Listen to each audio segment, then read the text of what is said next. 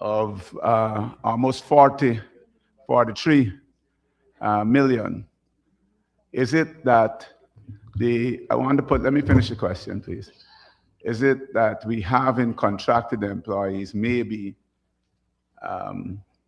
payments being made to foreign lawyers in relation to matters currently being processed in Guyana's court? And if they are not there, I'm wondering where they are, those payments. The honorable member would know that the term contracted employees would not include lawyers and persons who are hired in their professional capacities. These are contracted employees that are intrinsic to the organization. They are working in the organization as members of staff. So there is no contracted lawyer here working in the manner in which you are outlining. And the difference, you did concede that you are not proficient in maths. The increase is 70 million, not 40 billion. Respectfully, AG, an 8% increase on 330,000 would not be 70 million. Respectfully. I passed common entrance many years ago. Okay, gentlemen, the difference is the difference that both persons are speaking about. That difference is not the same. One is talking about total for this year minus total for last year. That's the other correct. one is talking about 8% of last year plus last year. Am I right? That's correct, sir. Good.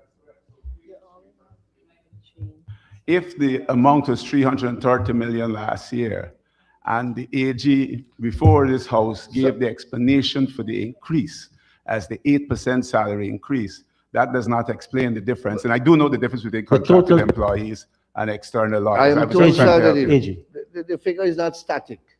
Is that they are employees that come and go during the course of the year. Mm-hmm. So, and that is the figure that we calculated. The staff number will change. So it's not going to be, it's not pure maths, 40% of this and 8% of this. Mm-hmm.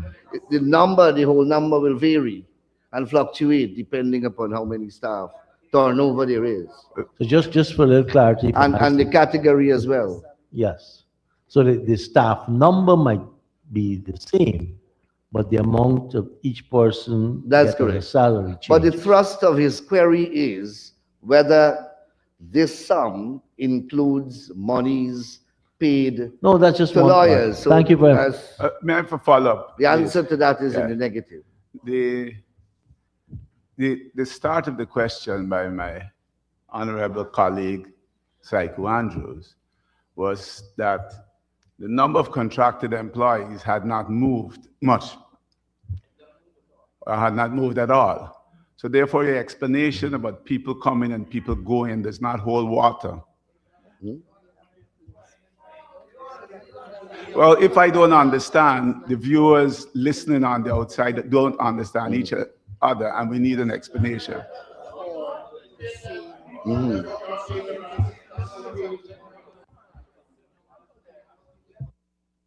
I didn't get the question.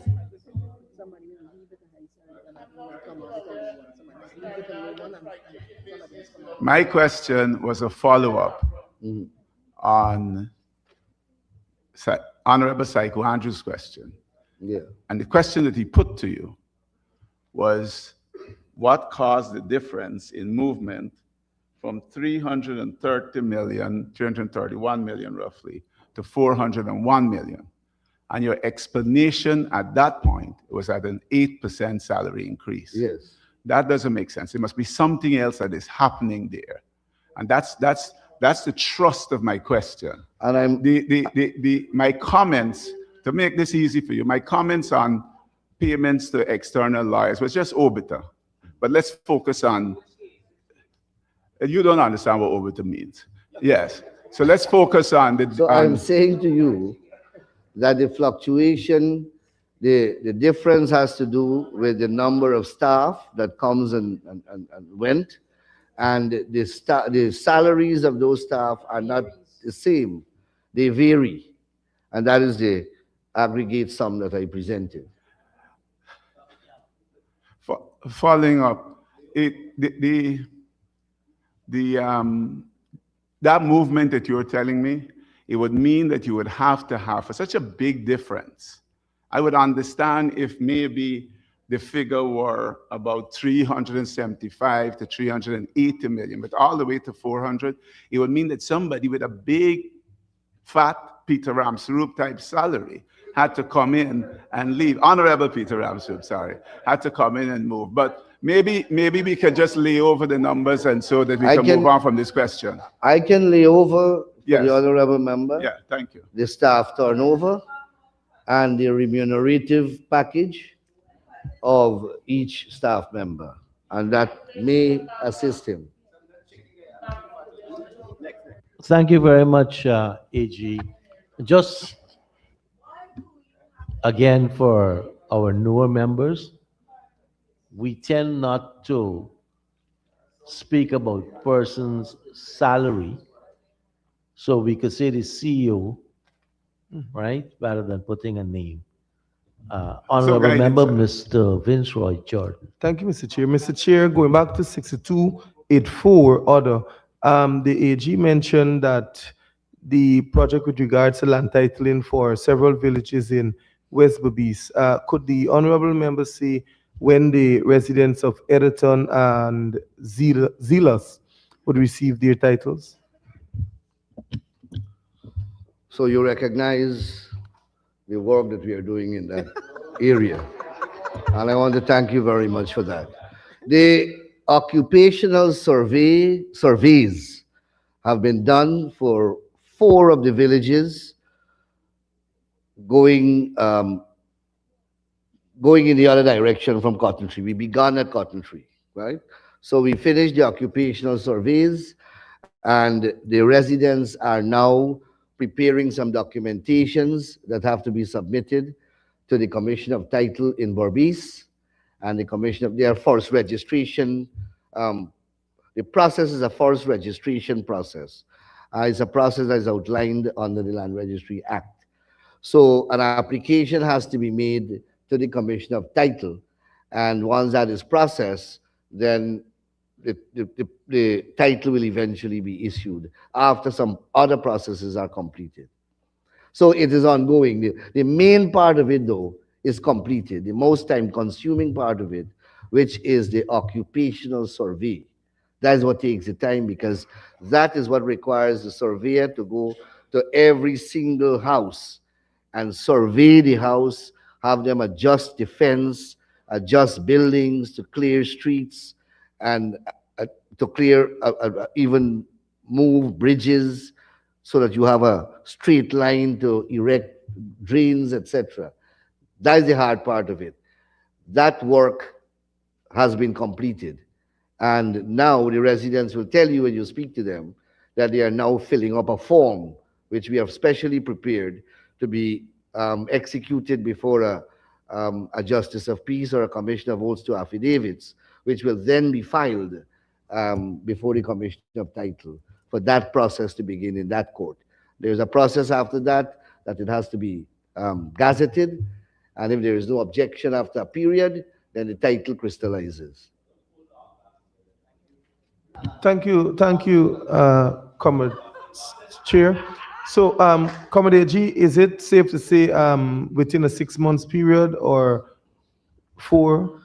The particular villages that you mentioned, I would not be able to commit a time, but we are moving in in chronological order, moving from Cotton Tree, coming to town, in the identified 5 villages.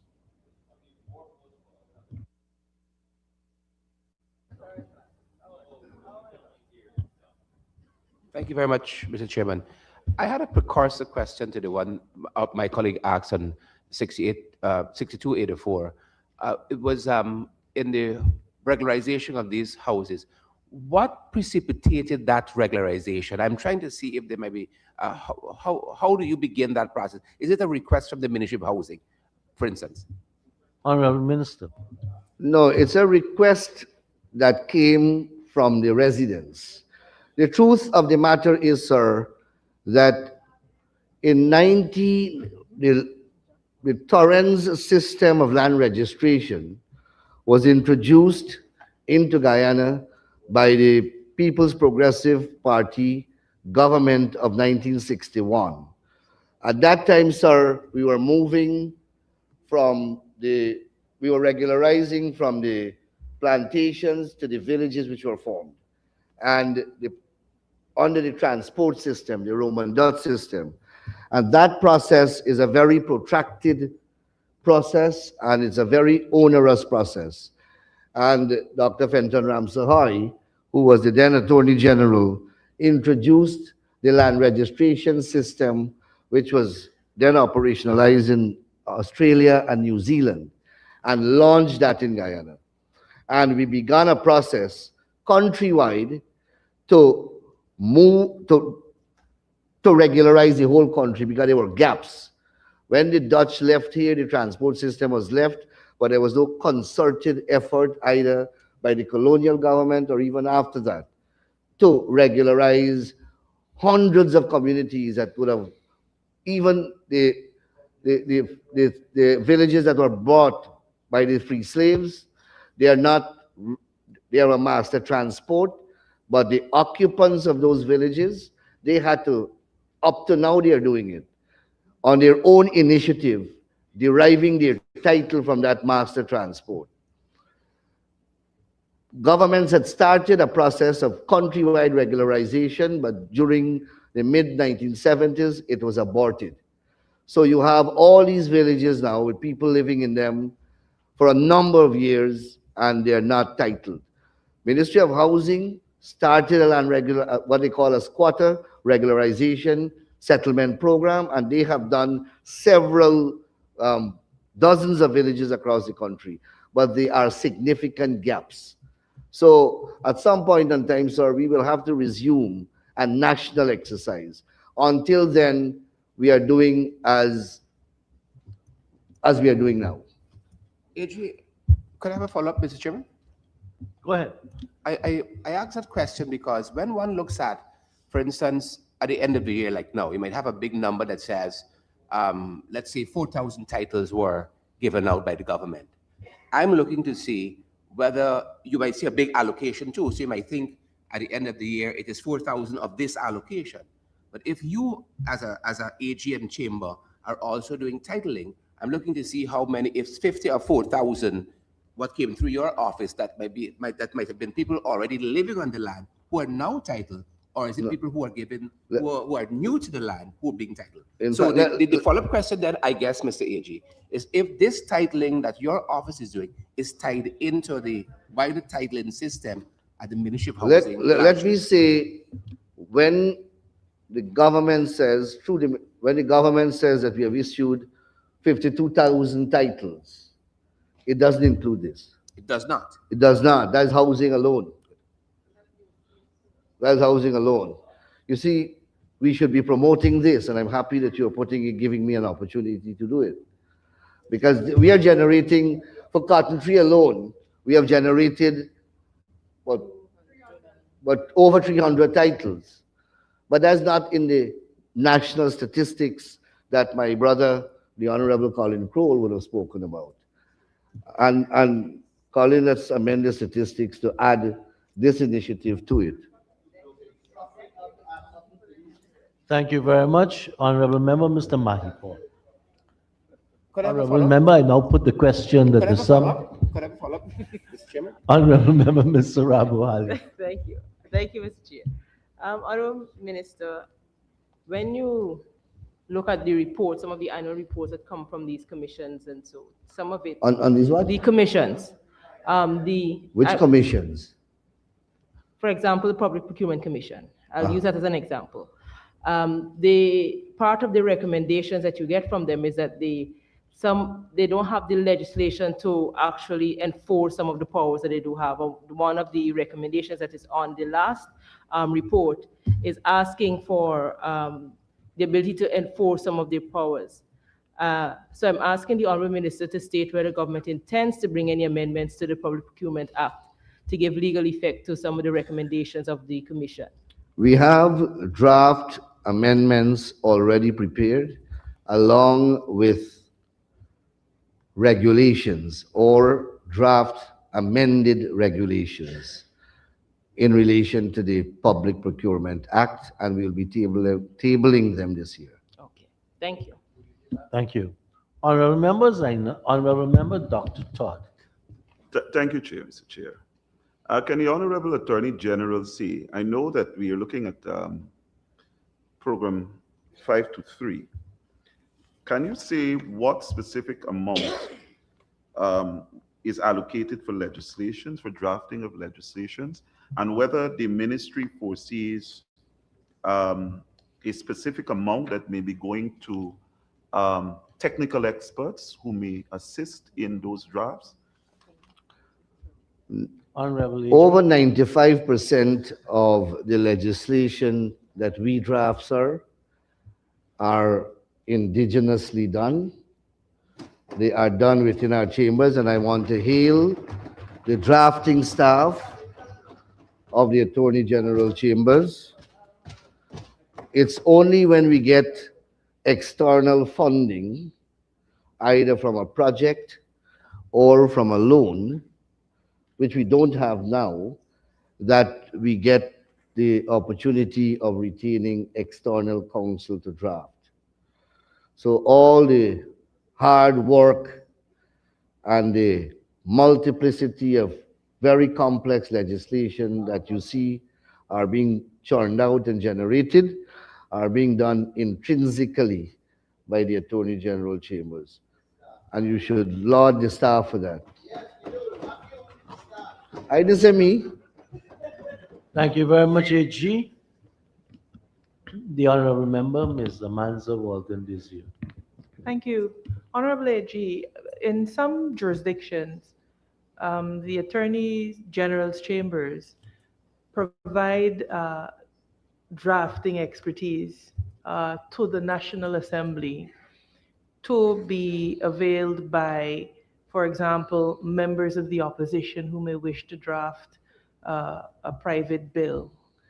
I'm just curious as to whether that is a facility that currently exists and it has not yet been accessed, or it doesn't exist at all. Is it that they're just specifically confined to drafting bills pursuant to maybe your directives or cabinet directives?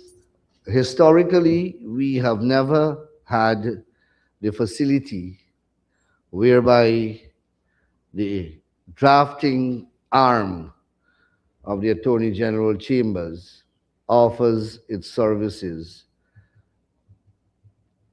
to an agency exclusive of the government. And that is the position that currently obtains. Thank you, AG. Honorable Member, Mr. Duncan. Thank you, Mr. Chair. I direct my question is to Mr. Duncan. Oh, sorry. Thank you very much, Mr. Chair. On the same line item, Attorney General, I think it was last year, there was a mandatory specialized units mandated for all government agencies to monitor and evaluate contract performance. Is that being catered for by the specific ministries, or that comes under your ministry and being catered for in this year's budget? It's a unit that is established within the Attorney General chambers, and it is constituted by lawyers in the chambers. Some of them are here, and they offer the services in collaborating with the different ministries. So we offer that service within the chambers. Thank you, AG. Dr. Todd. Thank you. Unlike in other countries where millions and millions are spent on external counsel, we do the hard work. Thank you, Mr. Chair. We, Honorable Attorney General, I direct my I attention to item 6321. I notice, and this is particularly pertaining to the Constitution Reform Commission. Can the Honorable Attorney General assist us with what out of this 218 plus million dollars, what amount will be going to salaries? And it's coming from the backdrop that this commission spent in excess of 119 million last year, and that there were no consultations done. And I do see and recognize that the projection is about 20 this year. Honorable AG. Hmm? The chairman, the secretary, the administrator, and the cleaner are persons who get a fixed remuneration from the commission.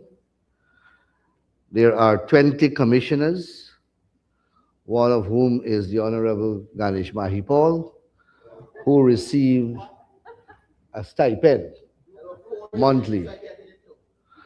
I didn't say that. I said you are one of them. I didn't say who are the others. Thank you, AG. Honorable members, I know. Honorable member, Ms. Amanza Walton this year. Thank you, Mr. Chair. Just a follow-up through you, Honorable AG, and this is just to have a clear understanding, and for the members of the public who might be listening, how will the work of the commission proceed? Elections have happened, a new government is sworn in. I recall during the life of the last assembly, we passed a particular act. How is the work plan of the committee in this iteration of the government going to be kickstarted? This year, the commission has already worked out its work plan.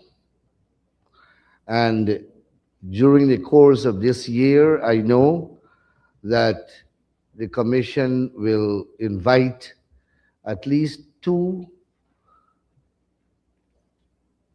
jurists of high regional standing to do two lectures, and the public outreach program will unfold this year, where the commission plans to hold outreach programs in every region in the country.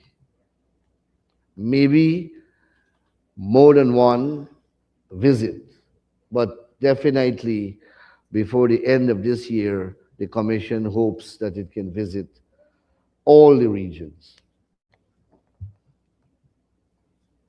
Honorable members, I now put the question that the sum stated for Agency 52, Program 523, current expenditure, stands part of the estimates. Those in favor say aye.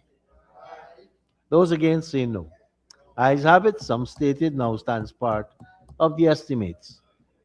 Turn to page 543, honorable members, and I propose the question that the sum stated for Agency 52, Program 523, capital expenditure, stands part of the estimates.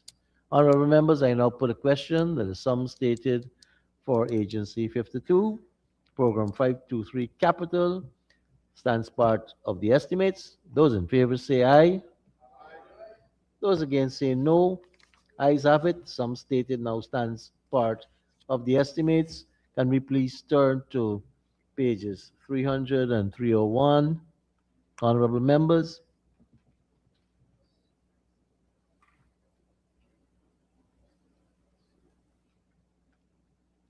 And I propose the question that the sum stated for Agency 52, Program 524, State Solicitor, current expenditure stands part of the estimates.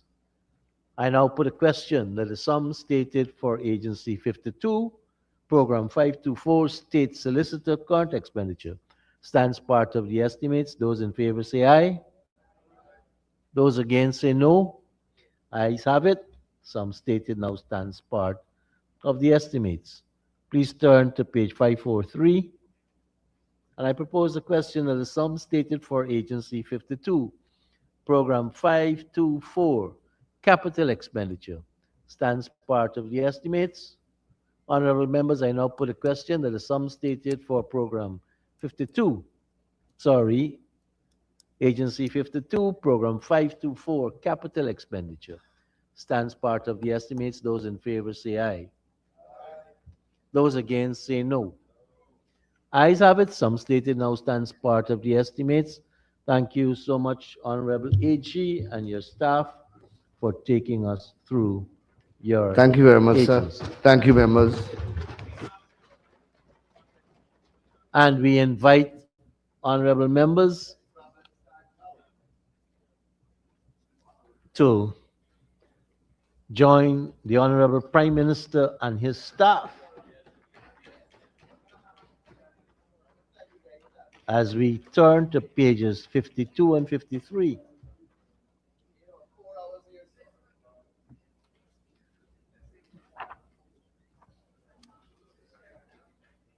Honorable PM, Mr. Mahil Paul alone will be here for 4 hours.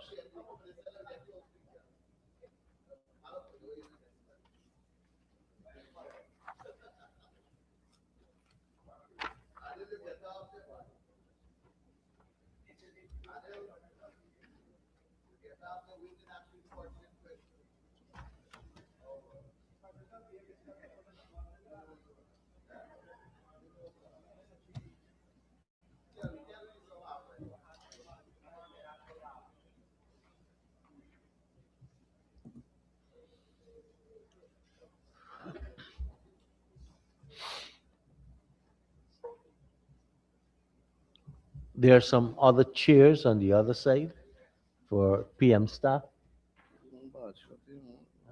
Japanese. Chinese.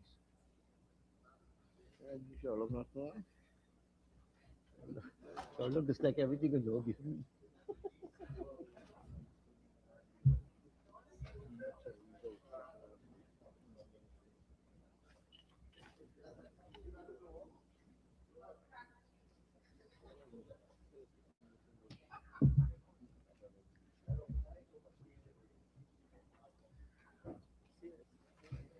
Ready, Honorable Prime Minister? Honorable members, We're ready, Mr. Speaker. join Mr. me Chairman. on pages 52 and 53, and I propose the question that the sum stated for Agency 2, Program 21, Prime Minister's Secretariat Current Expenditure, stands part of the estimates. The Honorable Member, Mr. Mahipal. Thank you, Mr. Chairman.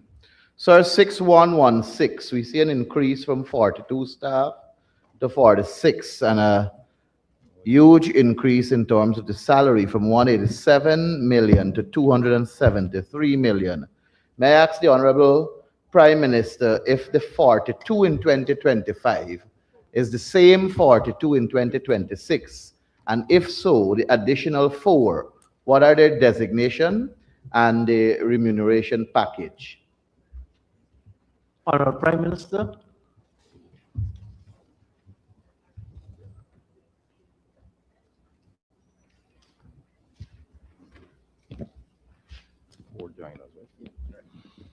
Thank you, Mr. Chairman. The 4 additional staff are 4 joiners. Sorry, 4 staff coming on board. We refer to them as joiners, but they're not joiners. I can give the designations. Senior Personnel Officer, Personnel Officer 1, Accounts Clerk 3, and receptionist. Now, we use the term joiner for people being employed and people who would have left the job, leaver in the manuscript. So those are the 4 appointments, people who Thank you, joined PM. our establishment. Mr. Chairman, thank you. So based on the answer provided by the Honorable Prime Minister, those are jobs that are within the public service establishment.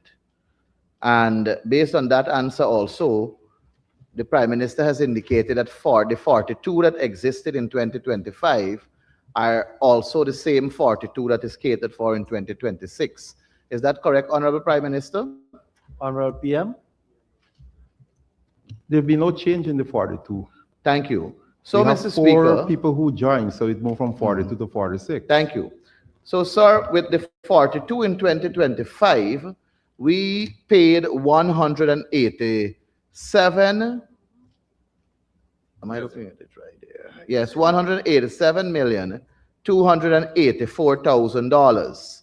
And this 187,284,000 includes the 8% that was given in 2025, and that is why it is a higher sum than what was budgeted for as 183 million in early 2025. The difference, sir, is 86 million. Is the Honorable Prime Minister telling us that with these joiners, these 4 additional staff, that they're paid 1.8 million a person?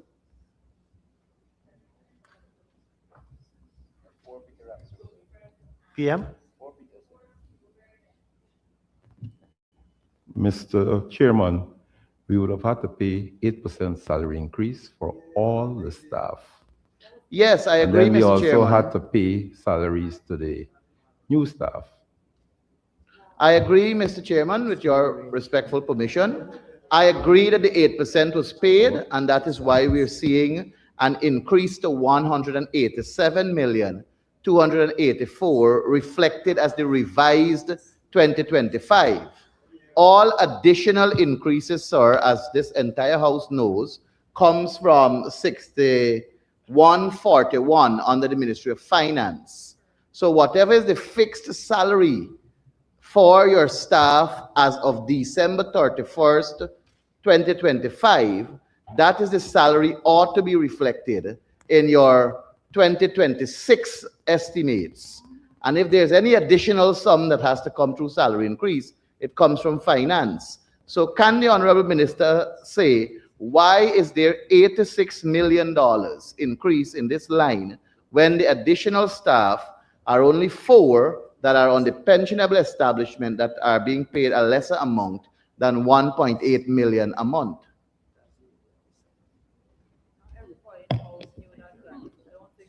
This one here. This whole thing. Start from here, right? Yeah.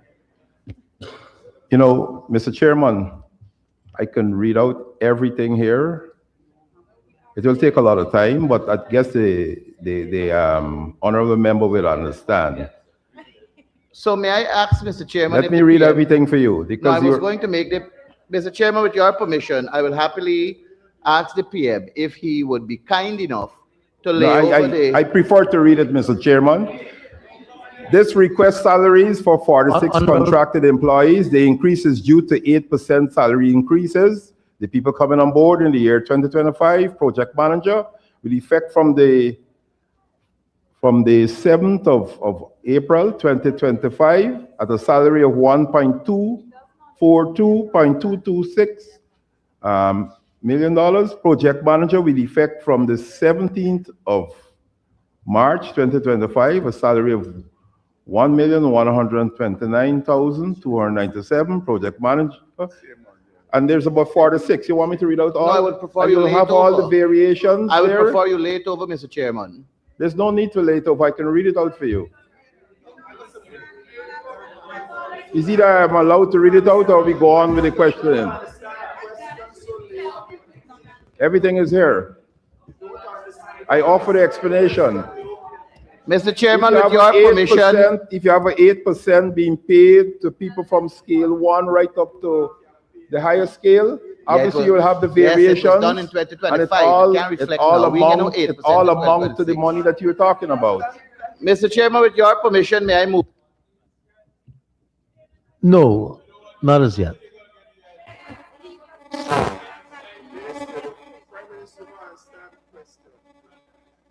PM understands the question. Chair,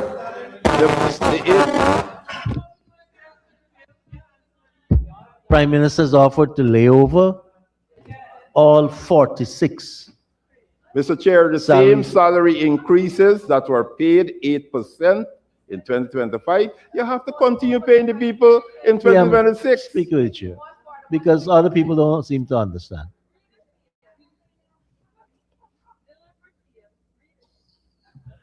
So we move on. Honorable Member, Dr. Campbell.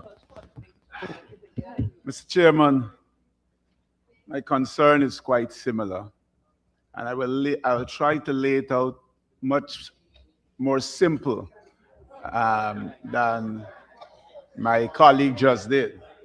On the line item 6111, administrative, there were 5 employees in 2025. That number is increasing to 7 in 2026, so just 2 additional employees. The amount paid on the revised 2025 is 213,733. If I am to increase that by 1.0 to give it the 8%, it then becomes 230 million.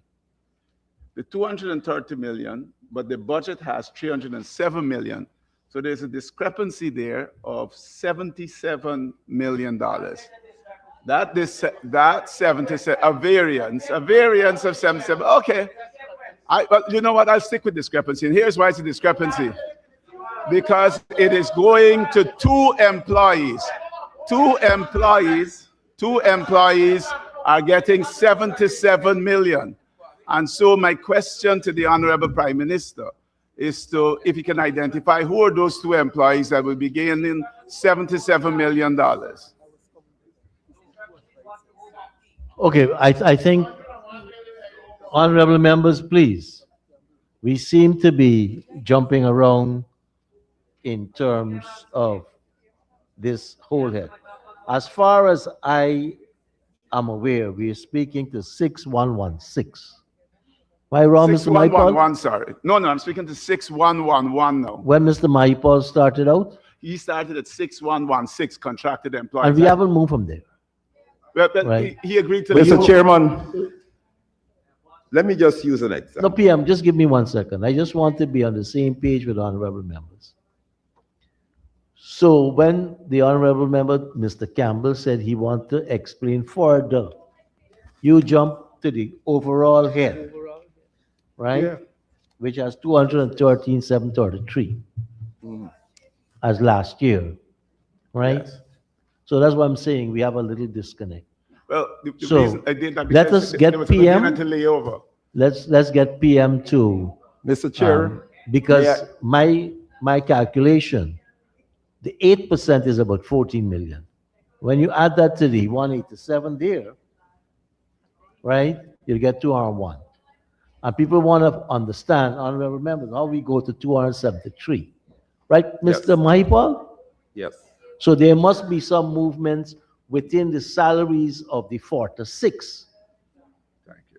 So maybe some persons, as AG said, change, and we got more skilled people, so the rates went up. 617. And that is what PM was offering to lay over. 611. PM, Yeah, he did are we say- now on the same page? Yeah, Mr. Chair, let me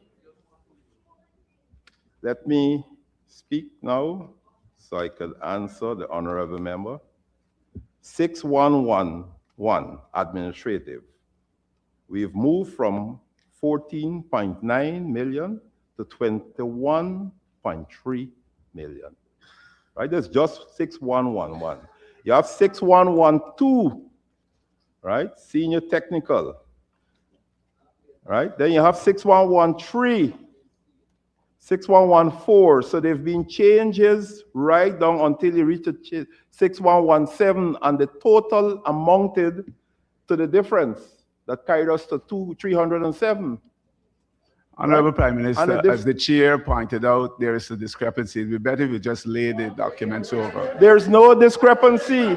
If you add the salary increases, Mr. Chair, for each one. Well, but you pay it in 2025, and you have to carry it over into 2026 budget. Comrade. Honorable member, Mr. Andrews. Mr. Chairman, if I have 10 employees If I have an employee, Okay, we are now going to repeat. PM has offered to lay over, right? Mr. Chair, all I'm saying, Mr. Chair, please, I please. did, Okay, Mr. Andrews, go ahead. Mr. Chair, I did not get it clear from the PM that he was willing to lay over the data so that it can be perused. He's offering to explain it, and he's not doing a good job at accounting for all of that money for 4 employees. Honorable member, I think you should withdraw that the PM is not doing a good job at accounting. Mr. You're imputing. In my mind, Right? I- Mr. Chair, the people of Guyana needs an explanation. In 2025, we had 57 as the total employees, right? It's gone to 62 now.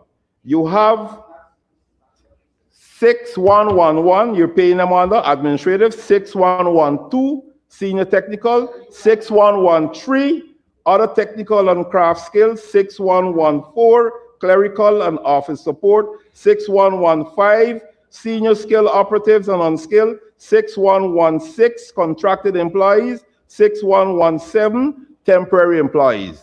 When you add the amount required for the 8% for all the different levels there, it amounted to the difference between 213,733 and 307,570. Is that clear? And of course, we have to increase, we have to cater for the 8% salary increase. That was Mr. paid in Chairman, can I 2025. beg that this thing be laid over? Is that easy? Is that the is that nation is difficult? hearing us say? PM, I'm listening to you and no one else.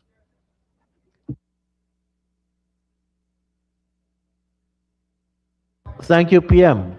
Anyone else before I put? Without repeating yourself? Yes, Chair, yes, sir. Mr. Jordan. 6284. Could the Honorable Prime Minister disaggregate that sum? And whilst he's disaggregating that sum, sir, could the Honorable Minister say whether there is a senior advisor that is being paid under that line item or 2 advisors? Honorable Prime Minister. 6284, a total of $396.5 million.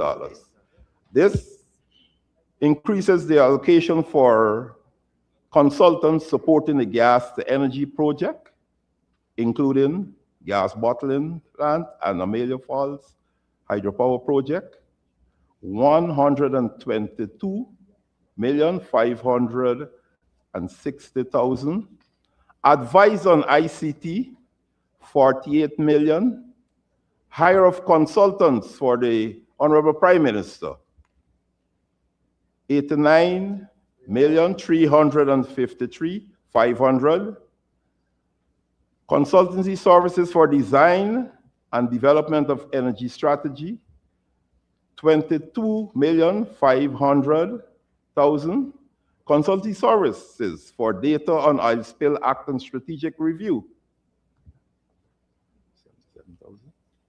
77,500. Annual subscription for human resource management system, 1,500,000. Purchase of items, authentic software, 4,520,000. Flash drives, hard drives, 1,200,000. Stipend for MTB members, 504,000. Items for the ORPM, $3,200,500. OPM, 9,750,000. Procurement of flags, labels, etc., 3 million. Procurement of t-shirts, caps, etc., 6,112,000. MASH-related activities, 15,200,000. Thank you, PM. Honorable members, I now put a question. that the sum stated for Agency 2, Program 021, current expenditure stands part of the estimates. Those in favor say aye. Those against say no. Ayes have it. Sum stated now stands part of the estimates. Honorable members, let us turn to page 512.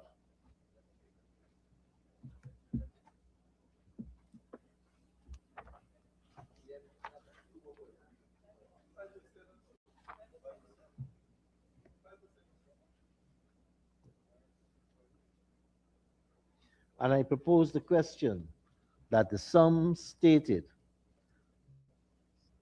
for Agency 6, Program 061, capital expenditure stands part of the estimates. Honorable Member, Mr. Jordan. Thank you, Mr. Chair. Mr. Chair, 6294, could the honorable member disaggregate this? No, capital. Honorable Oh, Member, you can Mr. put it already? Campbell. Yeah. Thank you, Mr. Chair. There is amount budgeted at in total capital expenditure for 2026 of $12,786,707, and it says in volume 3, construction of natural gas-fired power plant. Okay, are we at the same This is line capital item? expenditure. I think we had program 1. There's the Office of the Prime Minister. We come 061. there eventually, Are we Mr. not there Chairman. yet? We're at 061. Okay. Honorable members, I now put a question that the sum stated for Agency 6, Program 061, capital expenditure stands part of the estimates. Those in favor say aye. Those against say no. Ayes have it. Sum stated now stands part of the estimates. We can now turn to pages 54 and 55.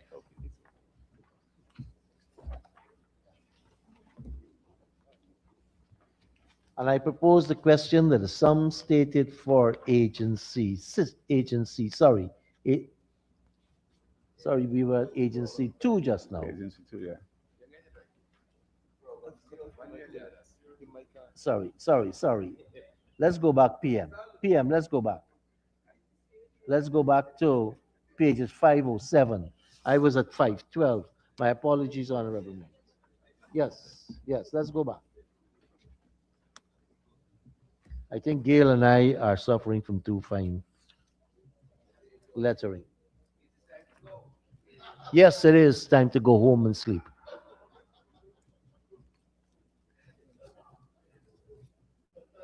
5:07 p.m. We're at 5:07.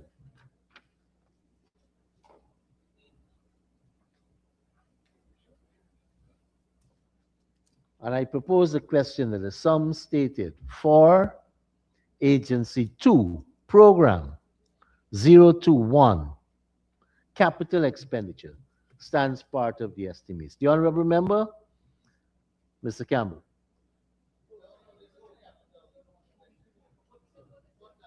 Honorable members, I now put a question that is any intervention from no.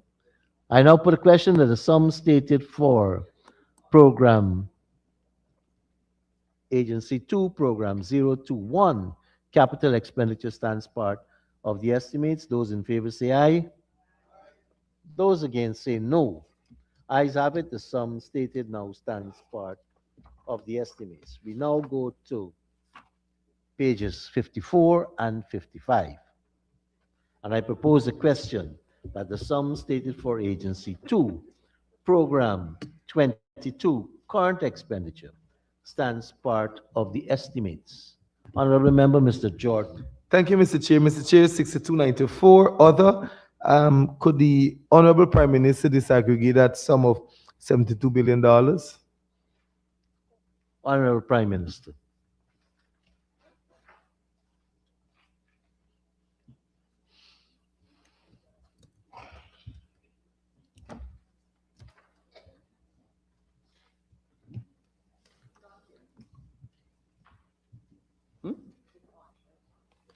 Mr. Chair, the members asked for, honorable member asked for the disaggregation, and the disaggregation is as follows. 120 million caters for unplanned disaster response and relief interventions undertaken in support of affected communities and regional authorities. Re-roofing of 200 houses in Jamaica is included under there. Support for regional and local authorities for damage and needs assessment during times of disaster or complex emergencies. Distribution of potable water and water tanks to drought-affected communities. Provision of logistical support to regional and local authorities. Building materials for communities affected by high winds. Also, this provision supports the government of Guyana relief interventions. For example, catering for the one-off cash grant program. Some 72 billion, $500 million will cater for that activity. Thank you, Prime Minister. Honorable Member, Mr. Jordan. Thank you, Mr. Chair. Mr. Chair, could the Honorable Minister say how many citizens does this amount cater for? Honorable Prime Minister. Yes, for planning purposes, we're catering for 716,261 persons. Thank you, Prime Minister. Thank you, Mr. Chair. And Mr. Chair, could the honorable member state when would the disbursement begin? Mr. Chair, we are at this phase where we have a budget. As we pass this budget, the Ministry of Finance will start the preparation for the disbursement of this money, and the people of Guyana will be duly informed as to how soon we will start the payout.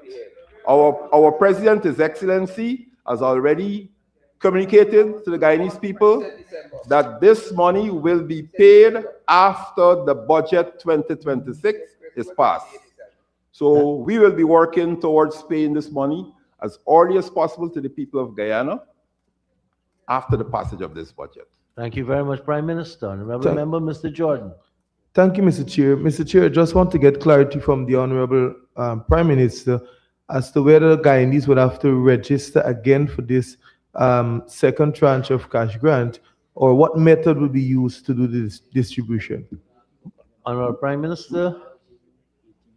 Mr. Chair, this will be further explained by the Ministry of Finance.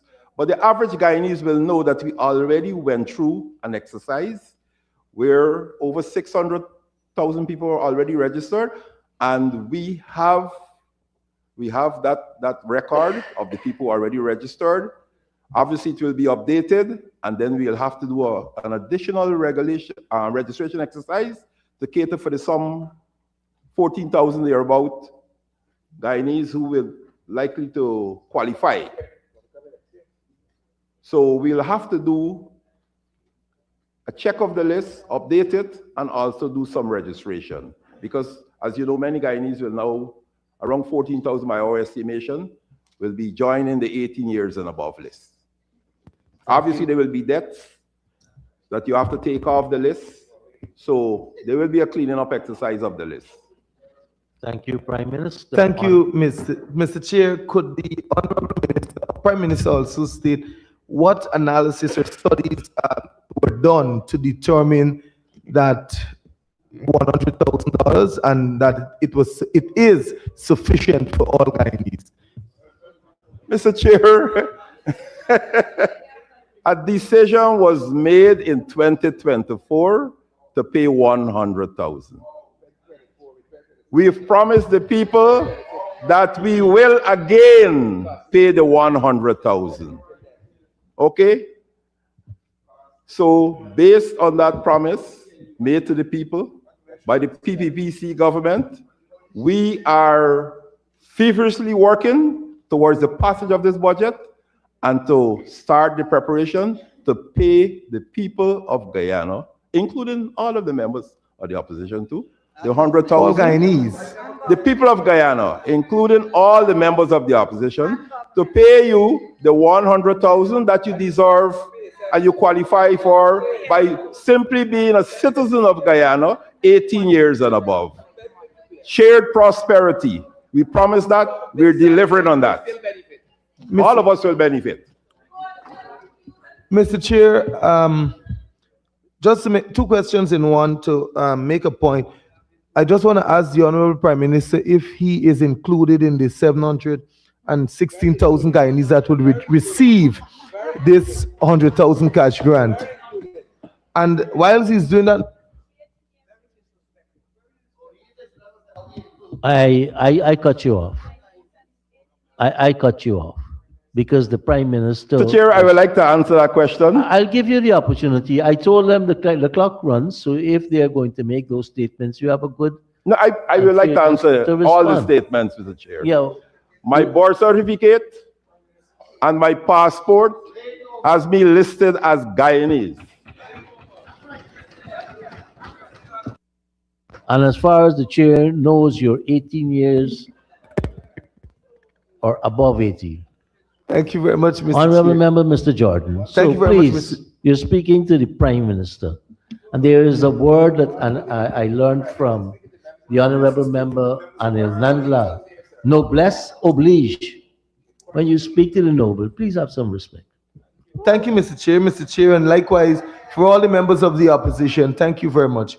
Mr. Chair, the Honorable Prime Minister mentioned that they would have made a promise that they would give the $100,000. But taking into consideration the high cost of living currently in the country and also the poverty rate, I asked the Honorable Prime Minister what measures or what analysis was done to bring them to the point that $100,000 is still sufficient for Guyanese in 2026.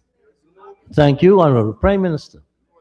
Mr. Chair, I'm disappointed with that question because the Honorable Minister of Finance stood here for over 5.5, I think 6.5 hours, and he elaborated on all the measures in the putting people first budget of 2026 that will bring relief to all the people of Guyana.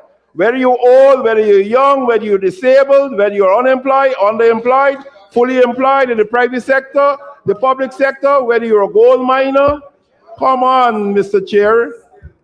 This is just one aspect of the measures. And I particularly said this one here is shared prosperity. Kindly go back, listen to the tape, and there's several other measures that if I try to mention all, it will take the rest of the hour. Thank you, Mr. Chair. Thank you Mr. very Chair- much, Prime Minister. Honorable Member, Mr. Jordan. Thank you, Mr. Chair. Mr. Chair, I think the Honorable Prime Minister didn't quite understand my question. I'm saying, what analysis was done by this People's Progressive Party civic government to determine that in this day and age, that the $100,000 is still sufficient for Guyanese? Why then, Mr. Chair?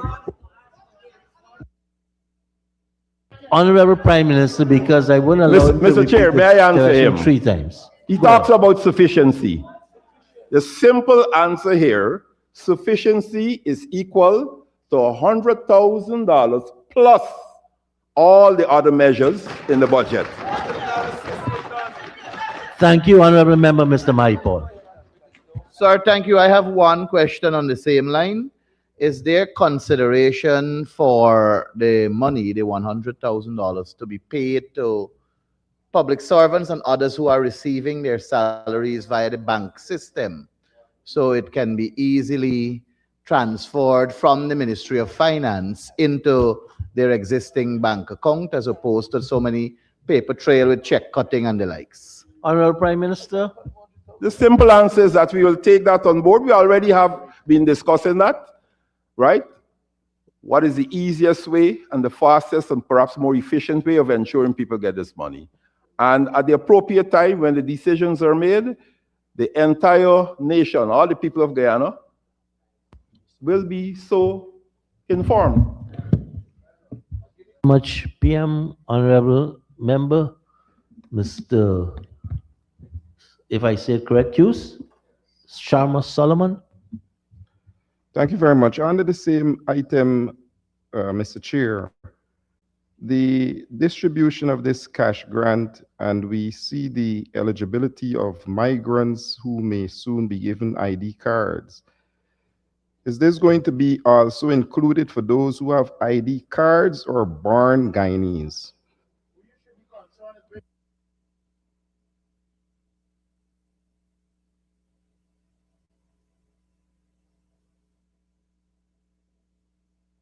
Mr. Chair, at the time of registration for this money, once you can show that you're 18 years and you have Guyanese registration, that is a qualification. That's what we did the last time. So then migrants are going to be paid. You have to be a Guyanese, and you know what it entails to be a Guyanese. You have to be a Guyanese and you have to be 18 years old and above. Those are the only two requirements. Thank you very much for that confirmation, PM.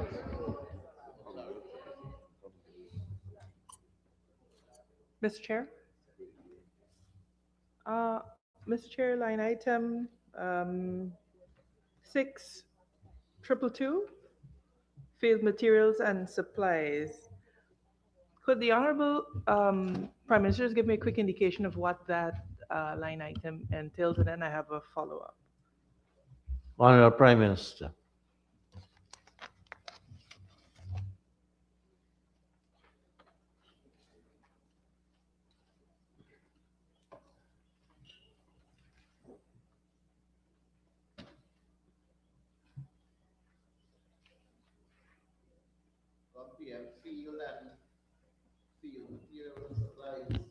Field materials, 6222, field materials and supply, $25 million. The increase caters for the procurement of items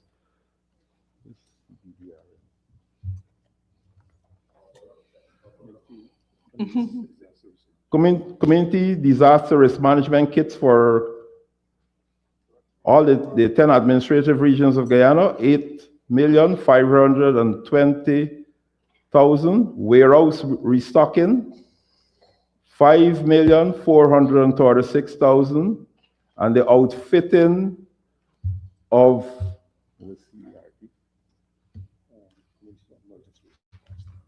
community emergency response teams, known as CERT, and wildfire response teams nationwide in support of the CDC mandate. We have $8,044,000 there. And the list, for example, if I can go into some more details for you, breathable shorts, we purchase in a quantity of 60, and it's 5,000 per unit, and that will give us a total of 300,000.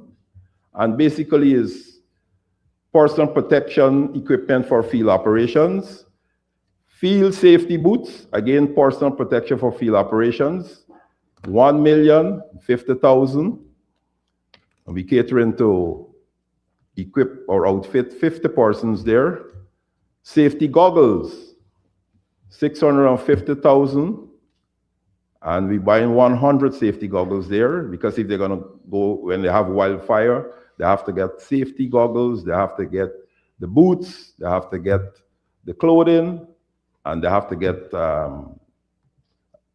possible oxygen tanks too.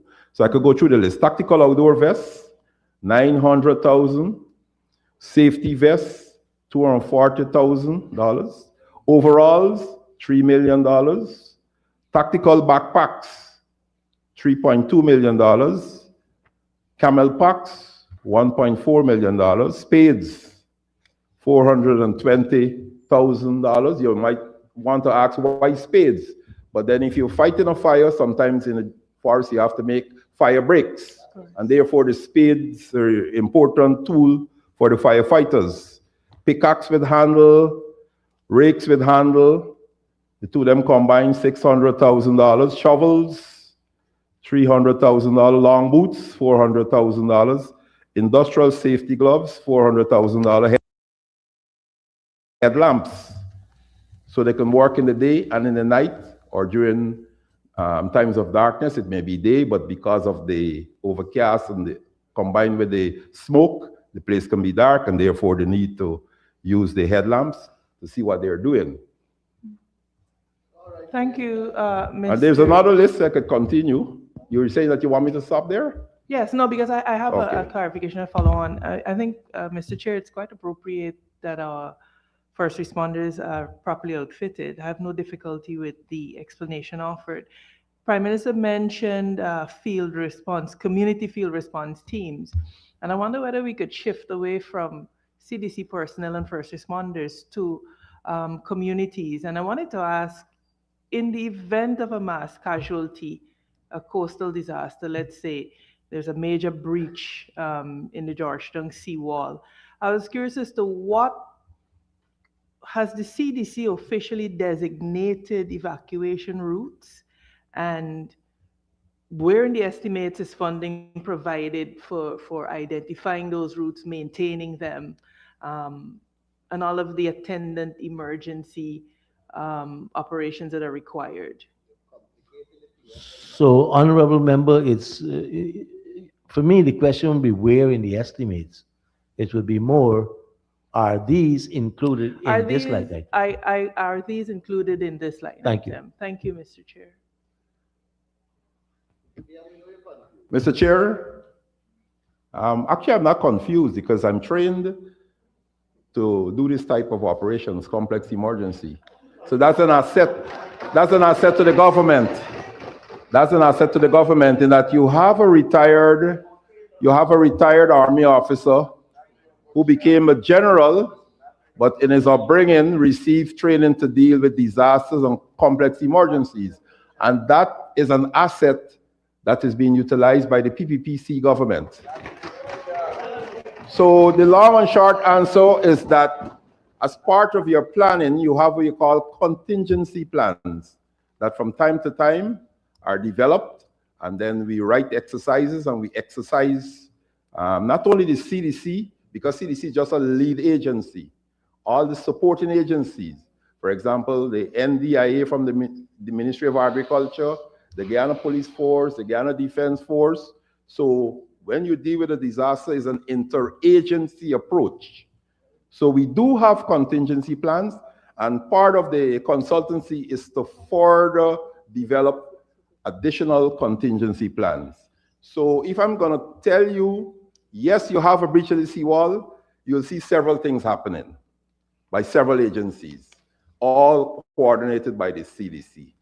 I run the risk of taking an hour to lecture to you what it will entail, but the long and short of it is that you have contingency plans that you develop to cater for these emergencies and complex emergencies or natural disaster, whatever you want to call them, and then you pull together everybody. You run conferences or training sessions where you explain to everybody what their role is likely to be during such an emergency, and then you go to the next stage where you actually conduct exercises and so.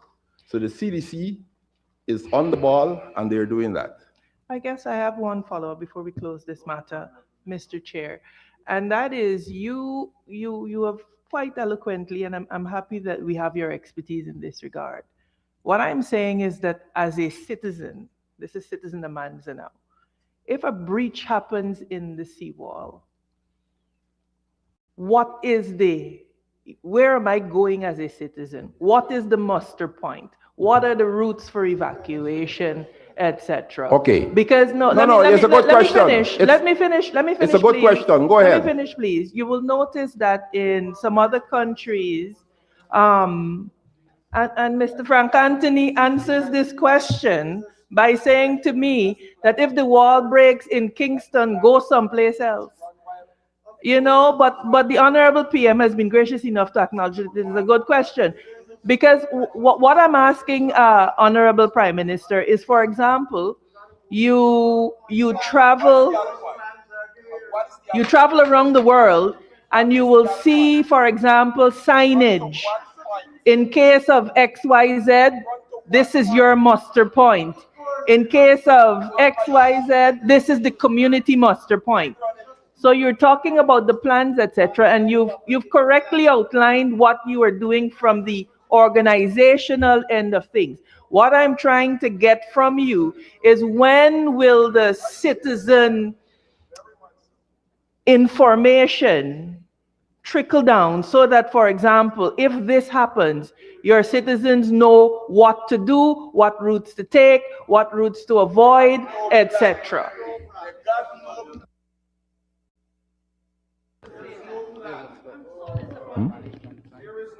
There is a flood management plan. Okay.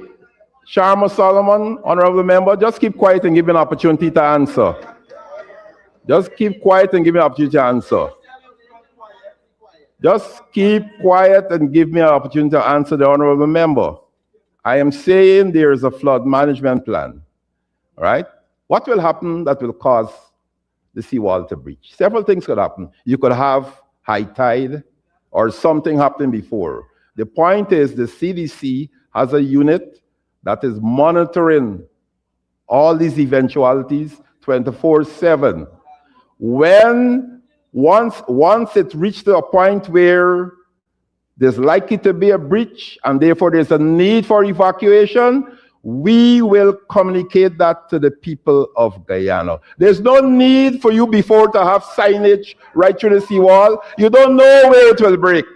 You don't know where it will break. What is important is that you monitor and you have people in a state of preparedness. You have shelters. We already, listen to me. We already have, for example, schools are earmarked as shelters, right? If the seawall breaches in a particular area, that area will be cordoned off and people will be diverted to other areas. Simple.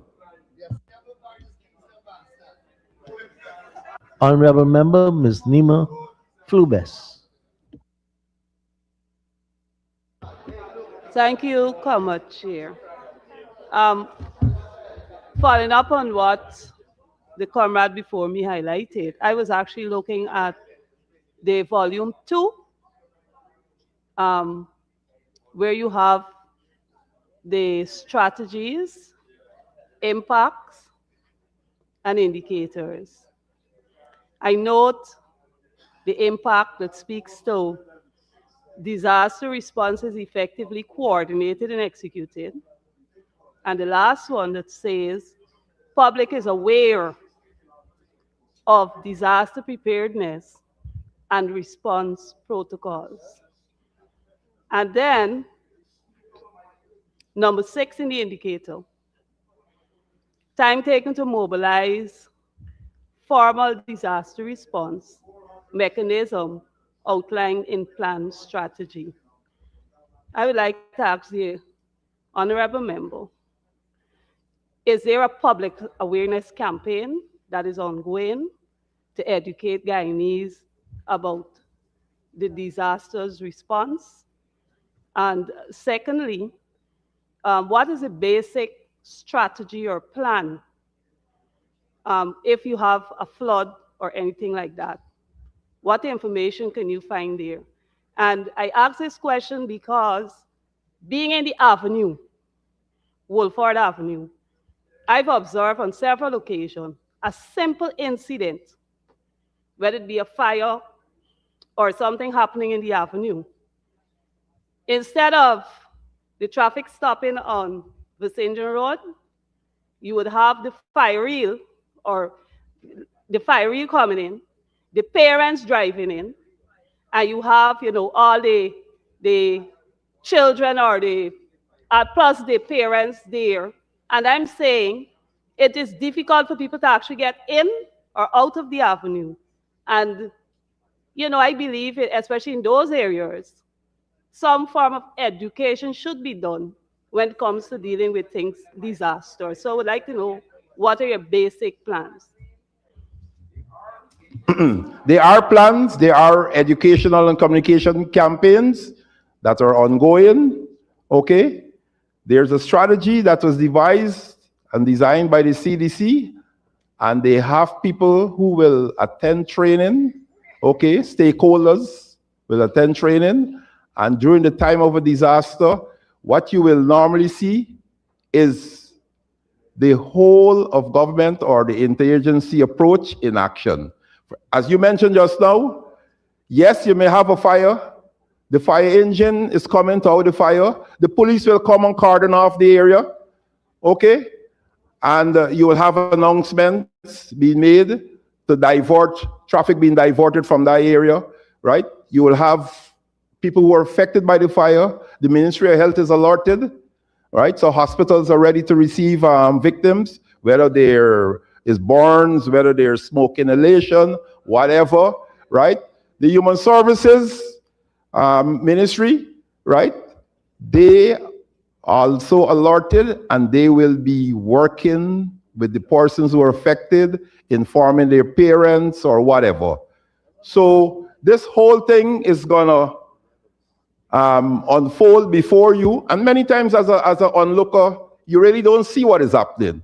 But they have what you call an incident command system that the CDC is trained and they put into operation as soon as something like that happens. So you start with a simple response. You see the fire engine going down to the fire, but then they build on that. The cordon of the area, the announcement to divert traffic, alerting the hospitals nearby to receive casualties, alerting the human services to get the names of people who are affected so they could visit homes and all these things and so. Right? Thank you, honorable member. I'm enjoying this. I can talk all night about it. Todd. Thank you, Mr. Chair. And Honorable Prime Minister, I'm glad that you have the experience in disaster management. My question goes more to, have you clearly defined what is a disaster? As I can tell you, and I'm following up just what my colleague had said in relation to their indicators.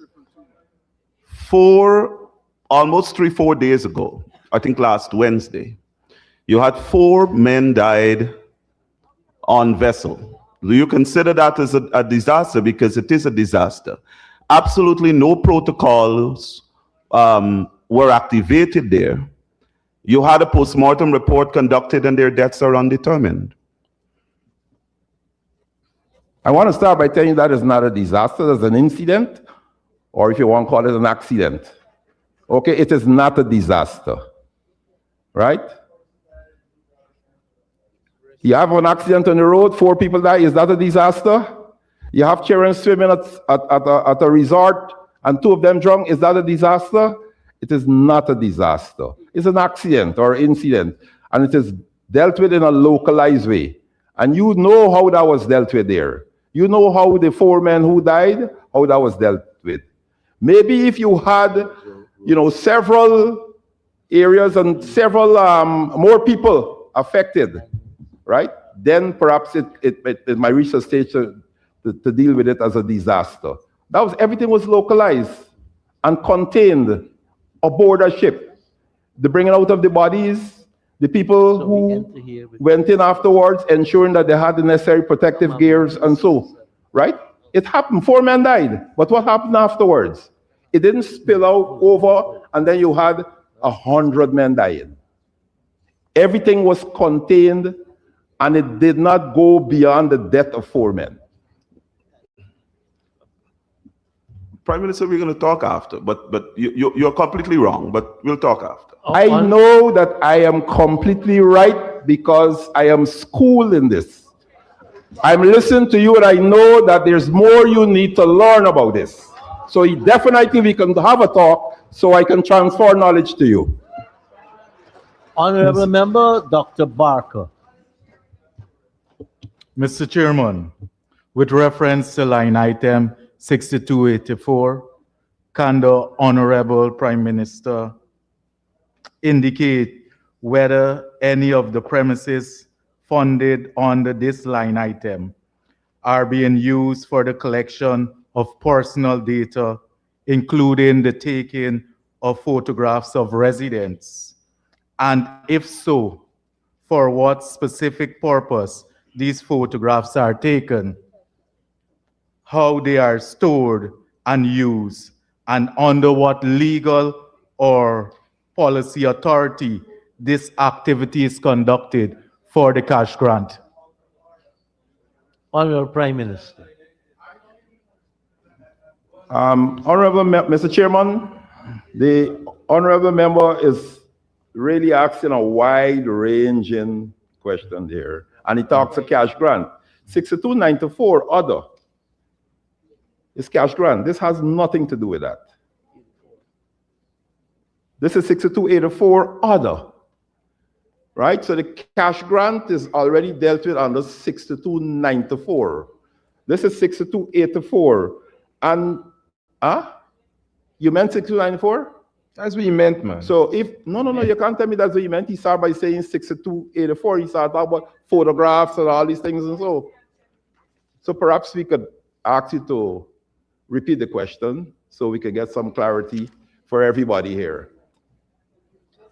Honorable Dr. Barker, can you repeat for clarity? Yes. So with reference to line item 6294, can the Prime Minister indicate whether any of the premises funded under this line item are being used for the collection of personal data, including the taking of photographs of residents? And if so, for what purpose these photographs are taken, how they are stored and used, and under what legal or policy authority this activity is conducted in relation to the cash grant? Mr. Chair, I'm trying to understand the honorable member. What premises are you talking about under 6294 order? Premise or premises? The only requirement under 6294 to take photographs is the people who have to register for the cash grant. And you know the last time we had to take photographs, we will have to do that again. For the some 14,000 newly qualified diners for the cash grant, they will have to take photographs of them because there's a requirement for a photograph as part of the registration. Mr. Chairman, follow up. Go ahead, Honorable. Just for clarity, can the Prime Minister state what legal or policy authority this activity is conducted under? Honorable Prime Minister. I want to answer that simply for you. It is voluntary. If you don't take your photograph, you haven't qualified. You haven't met the requirements of a registration for the cash grant. So it is voluntary. It's for a Guyanese to decide that the requirement for the payment of the cash, listen to me carefully, the requirement is registration. Okay? Registration. You have to be a Guyanese and you have to register, right? If that is the requirement, you could decide, and it's within your right, that because you have to take a photograph, I don't want to take a photograph, and therefore, I am not registering for the cash grant. Does that answer the question? Thank you, it's conditional. Well, you're the one. You have the PhD in English language, so I will defer to you. But I'm telling you, no, it's not disrespectful. That's your opinion. We're not dealing with opinion here. We're dealing with facts. The fact is, he has a PhD in English. What is disrespectful about that? You said it's conditional, but I am saying it's a requirement. Everybody who wants to get and to benefit from the $100,000 has to satisfy the requirement. It's in the right of the individual to decide that I don't want my photograph to be taken, and therefore I waiver my right to collect the $100,000. I'm not getting involved in that. Thank you very much, Prime Minister. Mr. Chair. Dr. Barker. So just for clarity for all the viewers, you're saying if the resident refuses to take a photograph, they cannot receive that $100,000. Okay. Honorable Prime Thank you, Minister. Mr. Prime Minister. Okay. Mr. Chair, Mr. Chair, the citizens of Guyana are all listening. 600 plus, 600,000 plus citizens of Guyana went through this exercise. They had to take a photograph as part of the registration, and they were paid their cash grant. That remains a requirement. There's no change to that. All I'm saying, if some citizen, somebody in Guyana decide that they don't want to take a photograph, it means that they will not satisfy the requirement for the payment of the cash grant. And the people of Guyana know that. In order to be paid the cash grant, you have to register. And the registration includes taking a photograph. Thank you very much. You got your cash grant already, you're waiting to collect the next one. Prime Minister. Honorable Member, Mr. Duncan. Go and tell the people in Linden that they mustn't register. They're going to laugh at you. Mr. Chairman. Mr. Chairman, under the same line item, a follow-up. Mr. Prime Minister, I'm a Guyanese, I want the cash grant, but I'm concerned about my data and the storage and the usage of the data, right? The question is, what safeguards are there? We understand the world we're living in, whether it's at home here in Guyana or internationally, that people can breach your servers and all of that. What guarantees do people have, not only my ID, that my phone number is safe, that my address is safe, my image is safe? That's the question that I have. Honorable Prime Minister. Mr. Chairman, I recall the honorable member being part of this house in the year 2023 when we passed Data Protection Act. Okay?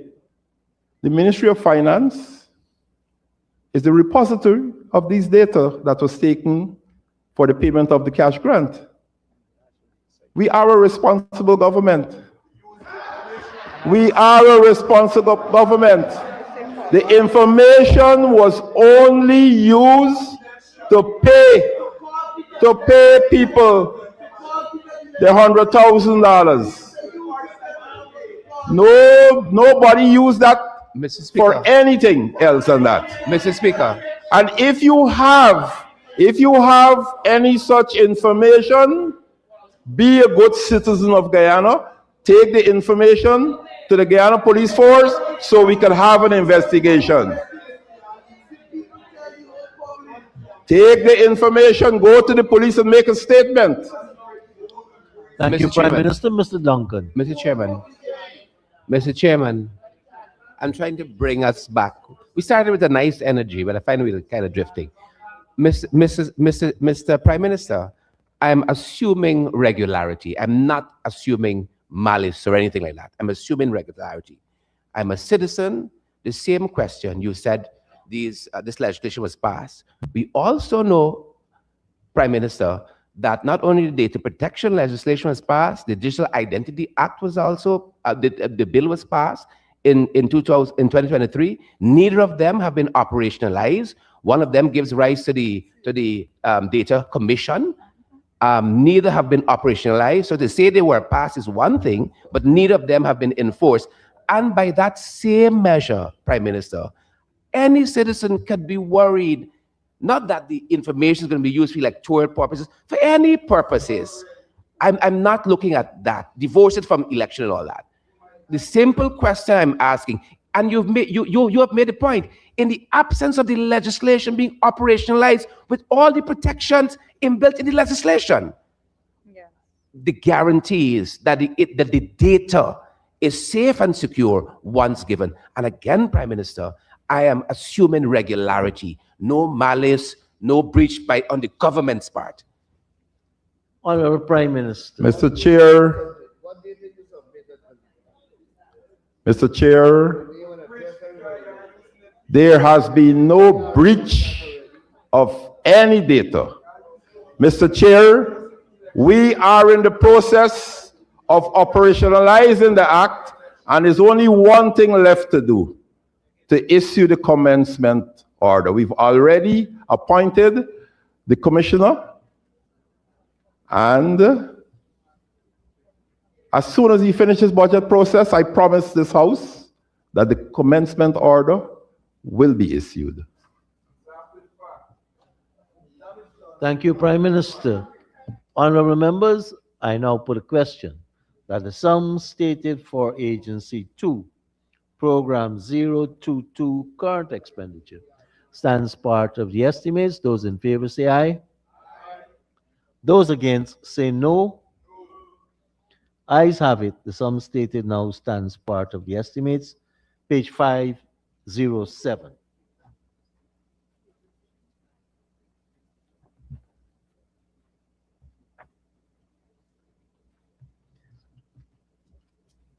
And I propose the question that for Agency 2, Program 022, capital expenditure, stands part of the estimates. Honorable members, I now put a question that the sum stated for 02, Program 022, capital expenditure, stands part of the estimates. Those in favor say aye. Those against say no. Ayes have it. Sum stated now stands part of the estimates. Let us turn to 56 and 57. Those are the pages. Don't know if Prime Minister needs to get his support staff in the well, the energy people.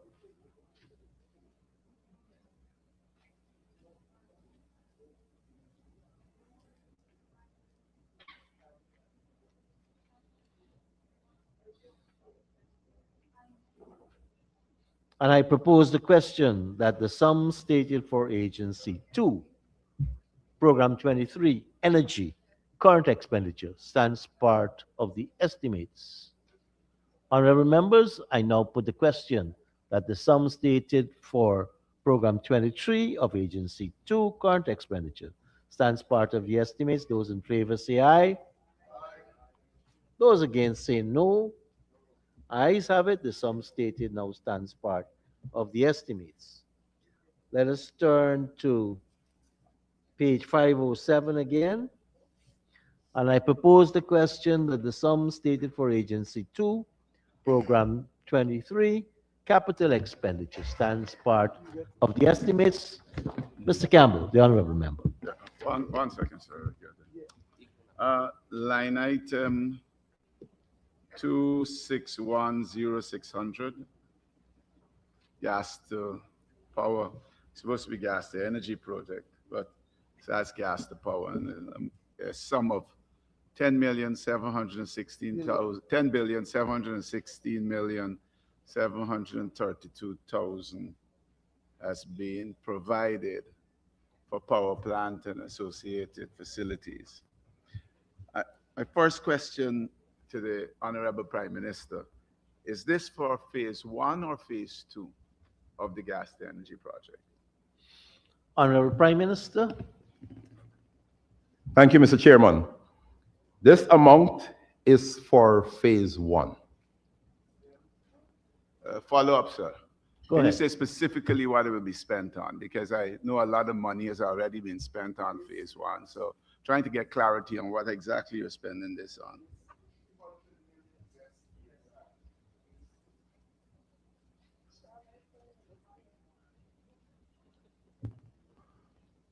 Mr. Chairman, in response to the honorable member's question, 10 areas or items of expenditure, and I will read it out now. EPC for integrated GL plant and 300 megawatt CCGT power plant phase 1, 4,884,096,260. The EPC activities associated with the integrated NGL plant and power plant project are currently underway and progressing on an accelerated schedule, with power generation to the grid plan toward year-end 2026. Number 2, KPIL EPC for transmission lines and substations for integrated NGL plant and 300 megawatt CCGT power plant, $3,293,105,389. And that goes for the completion of the transmission lines and substations project for the integrated NGL plant and power plant, which is on track for May 2026 completion. Number 3, Cummins Electrical supply of transformers, $124,799,625. Completion, that's for the completion of the commission of the transformers, and that is on track for May 2026 completion. EIL is a project management consultant for the NGL and power plant phase 1, and the sum there is $1,160,964,193. The project management consultant is required to provide oversight for the integrated NGL plant and power plant as construction activities are ongoing. Number 5, project management consultant for transmission lines and substations, E&A plus SRKN and SEMCO. They're the project management consultants. Local for the transmission lines and substations and transformers. The sum, $61,434,878. The project management consultant is required to provide oversight for the transmission lines and substations and transformers as construction and commission activities are scheduled for completion in May 2026. Number 6, open systems, supply, integration, installation, and commissioning SCADA. The sum, $643,861,470. And this will go towards the integration, installation, and commissioning of a SCADA GMS, EMS, DTS, and remote terminal units for the Guyana National Control Center, and to ensure that it is on track for completion in 2026. Number 7,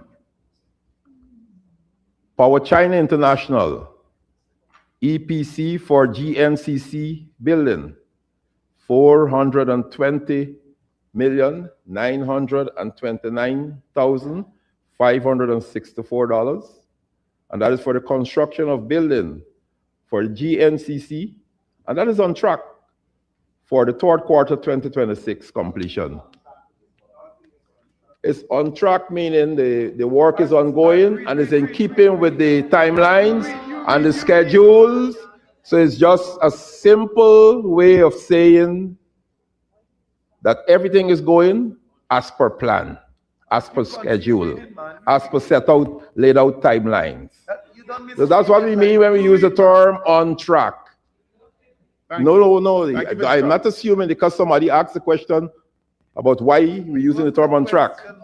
Okay, let's move on. Number 8, DBAR, Consulting and Engineering Services for Integration of GNCC, SCADA, EMS, GMS, $1,295,453.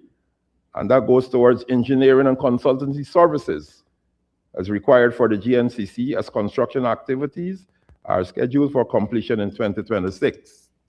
Number 9, Green Soul Engineering, consultancy services for the construction of the GNCC building, $11,048,450.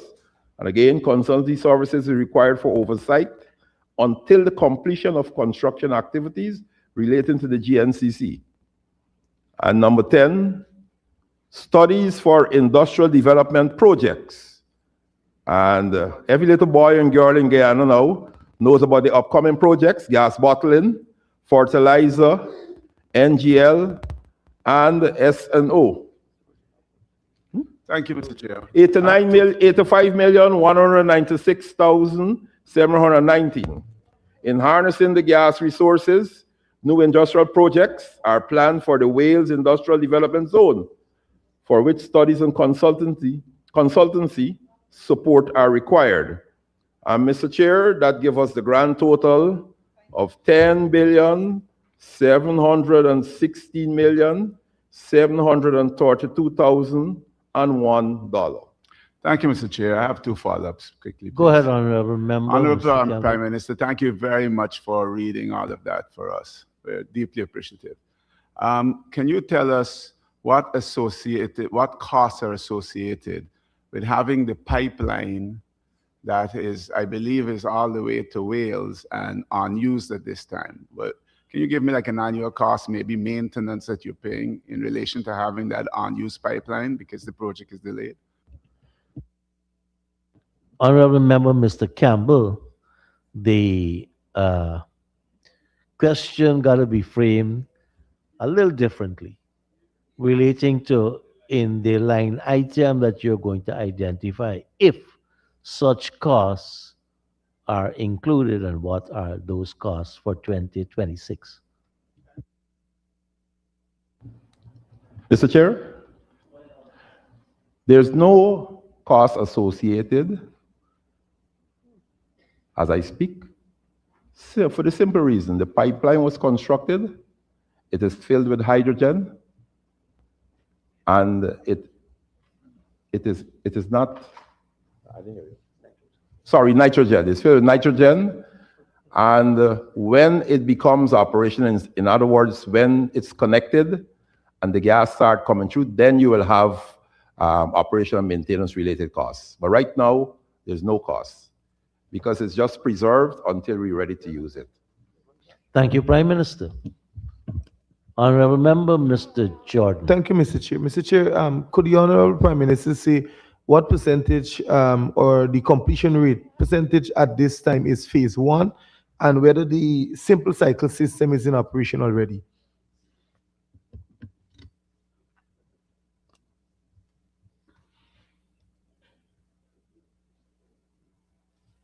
Prime Minister. Yes, Mr. Chairman. I would say it's 68% completion, and there's a reason for that, right? All the major equipments are in country and already moved to the site.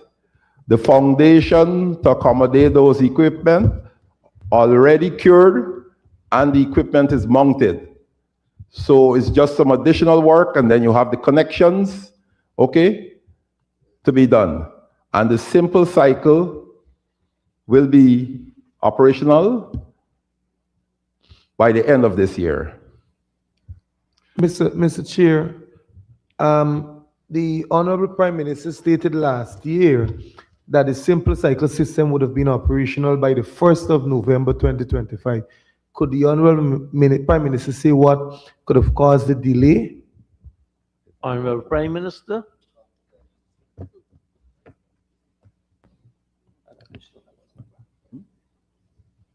Well, again, you could recall that we had to go through a process of soil stabilization, and that would have involved the driving of over 3,000 piles and the moving of a whole set of sand, loam, etc., spreading out, compacting. So you had to do that before you move to another stage. Okay, so that took a lot of time. Thank you, Prime Minister. Mr. Campbell, the honorable member. Yes, thank you. Thank you, Mr. Chairman. Can the Honorable Prime Minister say the transmission system that is being developed, what capacity is that transmission system to take off 300 megawatts or to take off 600 megawatts? Honorable Prime Minister.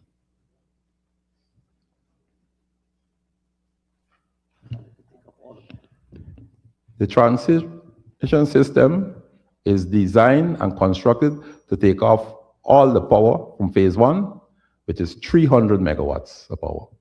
Thank you, Prime Minister. And another follow-up, Mr. Honorable Chairman. member, Mr. Campbell.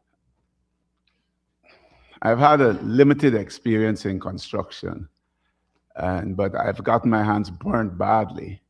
I'm wondering how come you ended up with this big stabilization problem. Weren't there proper soil tests? Was there a failure in the soil testing that was done that ended up with you having to spend all this money ex post facto to stabilize the soil? Honorable Prime Minister.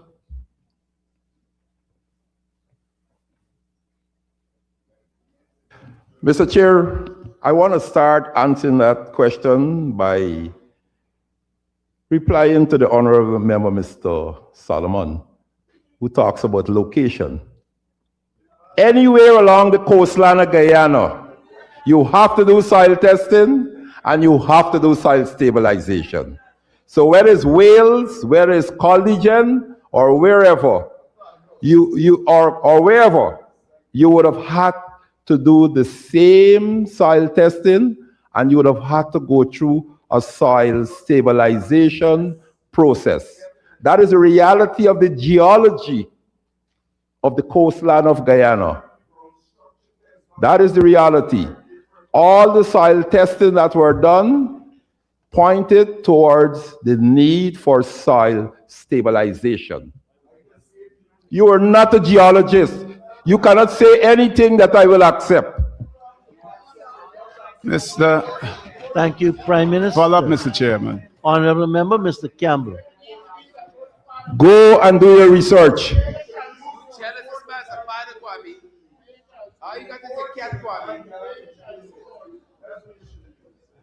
Mr. Campbell is waiting on you. Yes, yes, Honorable Prime Minister. Everything that's in the public domain points to surprise in the additional soil stabilization that took place. And I want to contradict you because I have personal experience with this. I once put up a building that was only 25 feet wide, and the solid clay was hit to the east at 75 feet, and 25 feet behind, the solid clay was hit at 50 feet. So yes, anywhere in this area on the flat coastline, for that type of project, you would have to do soil testing. But I believe that everything that's in the public domain points to something happening as construction took place that led you to conclude that additional work would have had to be done to stabilize the soil for that gas to energy plant. And I am asking you to come clean with the Guyanese public and let us know exactly what. Honorable member. Honorable member. Honorable member. Honorable Prime Minister, please. I don't know what is meant by come clean with the Guyanese people. He's imputing on the Honorable Prime Minister. I won't allow that. Withdrawn, sir. Can you please explain whether the initial soil tests were accurate or not? I would not have a problem if you say the initial soil test had a problem. Honorable Prime Minister.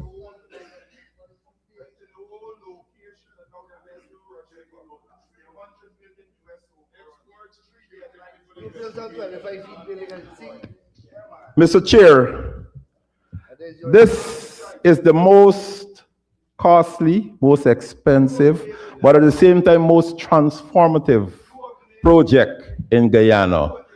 This is a project that will take Guyana into the future as it pertains to energy security. And we have to get it right. So while soil tests were done,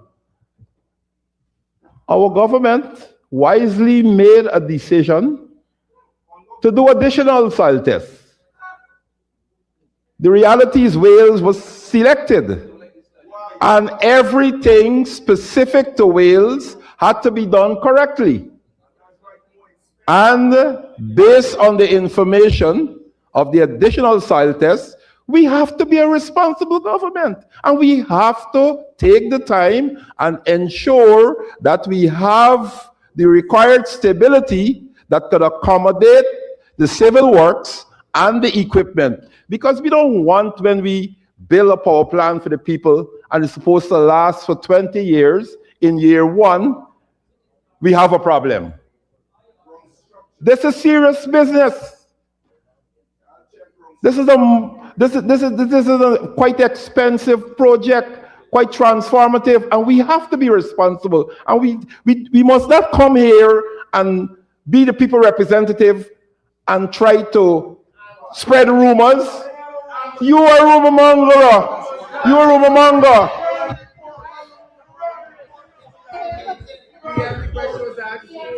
We are a responsible government. And if the project has to be delayed by 9 months or a year to ensure that when we turn on the switch, the people get stable electricity that is cheaper than what they're paying for now, we will ensure that we do it properly. And that is the fear of the opposition. The fear of the opposition is that this will be such a successful project that it will put you beyond 2031. You will be on that same side. Honorable members, we are now, we are,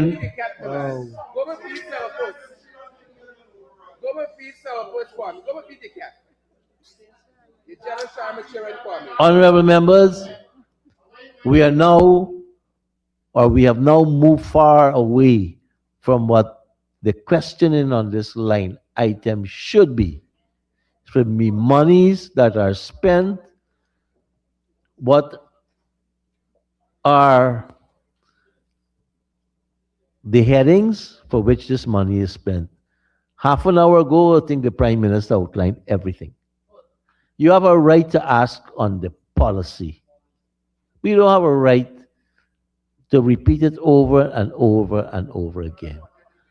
At this stage, I'll put the question that the sum stated for Agency 2, Program 23, Energy Capital Expenditure, stands part of the estimates. Those in favor say aye. Those against say no. Ayes have it. The sum stated now stands part of the estimates. And just that people may understand, Prime Minister is supposed to spend 1 hour. Started at 9:14. We're now an hour and a half. But we're operating on a principle, and I'm reminding everyone, including members of the business subcommittee that met. The principle is if we have savings on one head, we can continue on the following heads till or until we use it up. And entering where the Prime Minister appeared, we have 86 minutes of savings. So those who are trying to tell me the Prime Minister hour is up, he has an hour plus 86 minutes to answer. Please, whoever wants a job, no confidence.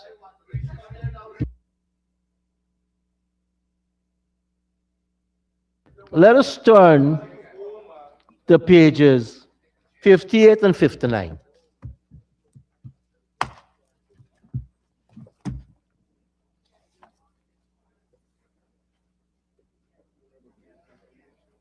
No, we have a principle.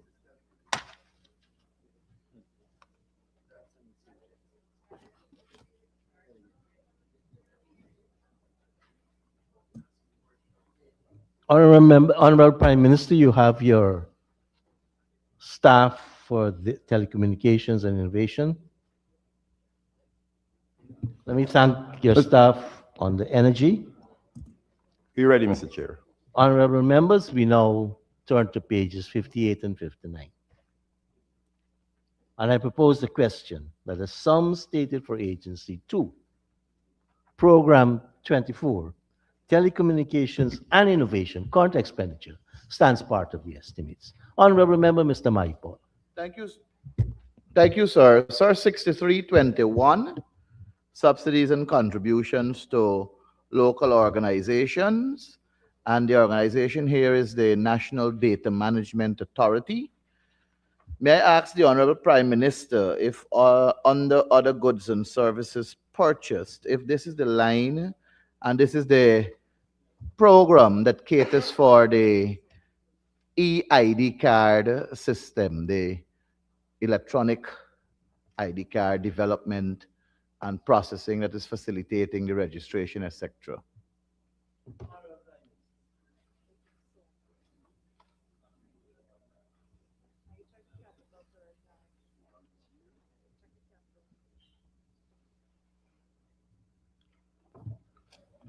$63.21, Mr. Chair. Subsidies and contribution from central government in 2026, $7,525,048,000. The budget of $7.5 billion for subsidy and contribution from central government is broken down as follows. Employment costs, $1.6 billion. Materials, equipment, and supplies, $307.9 million. Fuel and lubricants, $50.9 million. Rental and maintenance of buildings, $120.9 million. Maintenance of infrastructure, $150.1 million. Transport, travel, and postage, $207.3 million. Utility charges, $226.8 million. Other goods and services purchase, $4.8 billion. Other operating expenses, $37.7 million. Education, subventions, and training, $26.2 million. Thank you, Prime Minister. Honorable Member, Mr. Mahipal. Sir, if you would permit me, the question was, does this program cater for the e-ID program, the electronic identification program? EID somewhere else, right? No, this does not cater for the EID. This is NDMA. Pardon me, I didn't hear you. This does not cater for the EID. This is NDMA.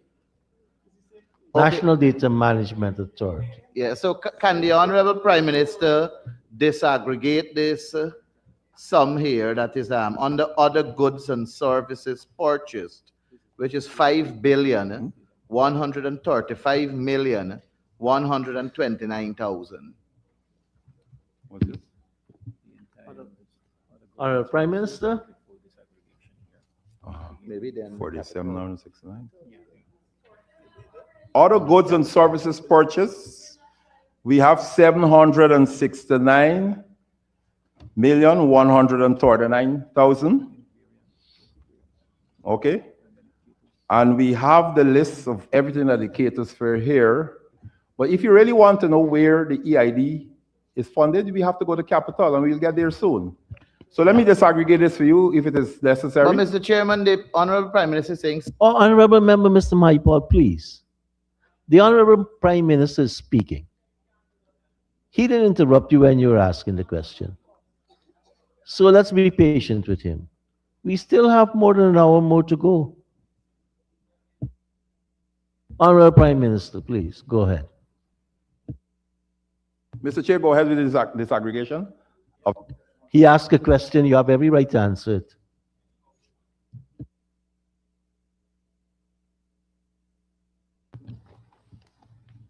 $0.1 million, the disaggregation is as follows: $390.7 million for the continued expansion of high-speed internet services to 253 hinterland and remote communities, software license and other goods and services. 327 million for real-time monitoring of maritime fleet cocos, canals, and pump stations. 38 million for the maintenance and servicing of equipment and infrastructure critical to support the expanded program for Safe Country. These include equipment maintenance for data centers, 781 IVS sites, 900 kilometers of fiber optic network, 55 tower LTE sites, and 1,200 node satellite network. 12 million for security service for new parking lot at DCC ground and 5 new sites. 1.4 million for cleaning and extermination services. 2.3 million for connectivity charges, internet connections. Right through? This is 5.1. Right. This is the entire allocation, So- the variance. There was the variance that you. So read through, right? Continue reading. Right. That was 2.3 billion for connectivity charges. Internet connections have increased from 1,282 in 2020 to 4,806 in 2025. That's the internet connections. We will add another 295 in 2026 to give us a total of 5,101 internet connections. 1.2 billion for public service digitization platform, 333 million for software license and other goods and services, 327 million for real-time monitoring of marine fleet, cocos, canals, and pump station, 887.5 million for equipment maintenance for data center, 781 IVS sites, 78.9 million for security services at 13 locations, and 83 million for cleaning and extermination services. That takes care of the $4,365,990,000. Thank you, Prime Minister. Honorable Member, Mr. Mahipon. Mr. Chairman, with all due respect, the Prime Minister, in answering the question, began by saying that the sum total is 769 million. That's a variance. And then I did not disturb the Prime Minister on your... I'm sorry. Sir, and then he went and called out some figures there, telling us that it's accumulating to $4,365,990,000. Sir, on page 690, Appendix T of the National Data Management Authority, the requested total is 5,135,129,000. So the answer, sir, began with a sum total that the Prime Minister claimed to be 769, ended with him telling us it's 4,365,000, but the requested sum is 5,135,129,000.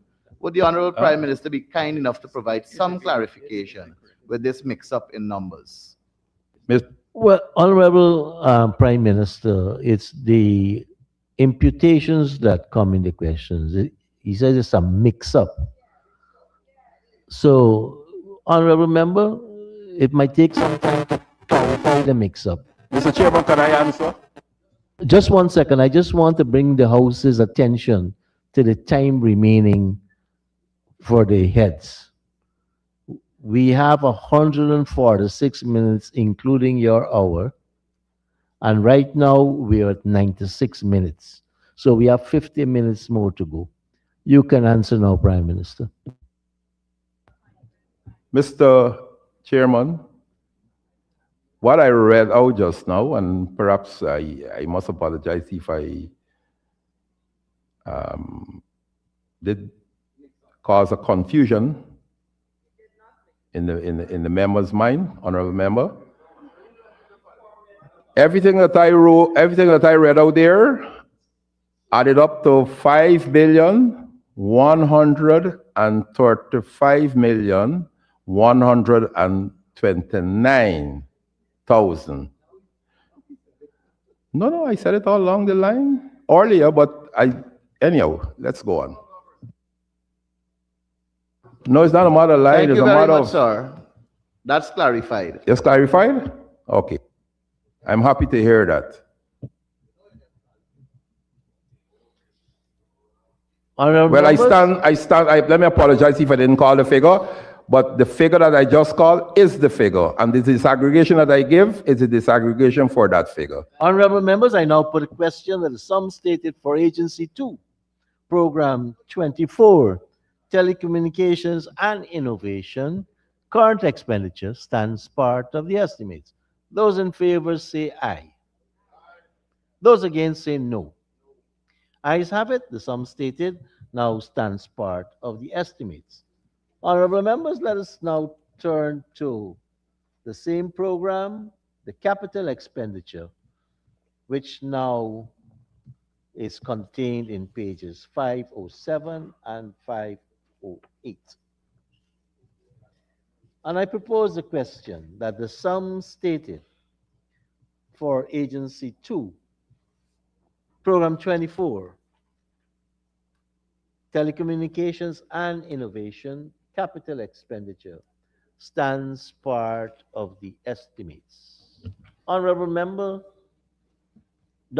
Professor Dr. Hines. Mr. Chairman, project code 121-9100, National Identification, Enrollment, and Issue System. I have a couple of questions for the Prime Minister, Honorable Prime Minister. If you can kindly tell the House how many EID cards have been produced thus far. Nobody was listening. Honorable Prime Minister. Yes, Mr. Chairman. To answer the honorable members, 7,500 were enrolled and 4,600 issued to date. Thank you very much, Mr. Honorable Prime Minister. Can I ask a couple of follow-ups? What are the official designations of the officials in whose custody the data is being held? Honorable Prime Minister. The official designation is yes, of the Data Protection Commissioner. And how many? Just one person? Honorable just Prime one Minister? official?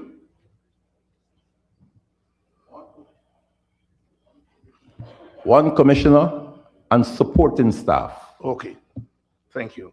Honorable Professor. If I may, Mr. Chair, on what legal basis is identity data being collected when no commencement order has been issued for the Digital Identity Card Act and the Data Protection Act?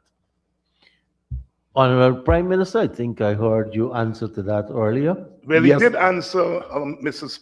Chairperson, Mr. Chairman, he did answer as to when, but my question is on what authority, what legal authority he's been proceeding on thus far. Honorable Prime Minister, I just want to say to the Honorable Professor Doctor that I have some amount of comprehension. And I was speaking, and I don't like to be interrupted when I speak. Honorable Prime Minister. I asked if the honorable members could listen, and I will read out everything here. Legality of the issuance of the digital identity card. The issuance of the digital identity card is governed by a strategy of phased implementation, ensuring the infrastructure is ready for the law before full activation. While both the Digital Identity Card Act 2023 and the Data Protection Act 2023 have received presidential assent and are validly validly enacted, the current pilot phase operates under the executive power to prepare for the formal commencement of these acts. By initially issuing cards to public sector employees, the government is conducting essential life stress testing. This ensures that when the acts are fully brought into force via the ministerial order, the system will already meet or exceed the rigorous standards set out in the legislation. Key pillars of this legal transition include: one, informed consent. Because the mandatory provisions of the Act have not yet been activated, participation in this phase is strictly voluntary. Every card, and I want you to, all the members to listen to this part carefully, because it explains voluntary, strictly voluntary. Every card issued to date is based on the informed consent of the recipient. Secondly, data consolidation, not new collection. Again, listen, data consolidation, not new collection. The system currently utilizes data that the state already possesses through established registries such as the General Register Office, GRO, the Guyana Revenue Authority, GRA, and Immigration Office. The EID, electronic ID card, simply consolidates these existing legal records into a more secure, tamper-proof format. Number four, fourth pillar, active oversight. The appointment of the Data Protection Commissioner on January 2nd, 2026 confirms that the national enforcement mechanism is operational. The Commissioner's first mandate is to audit the pilot phase, ensuring full alignment with data protection principles such as purpose limitation and security prior to a national rollout. I think I should read the other part for them too.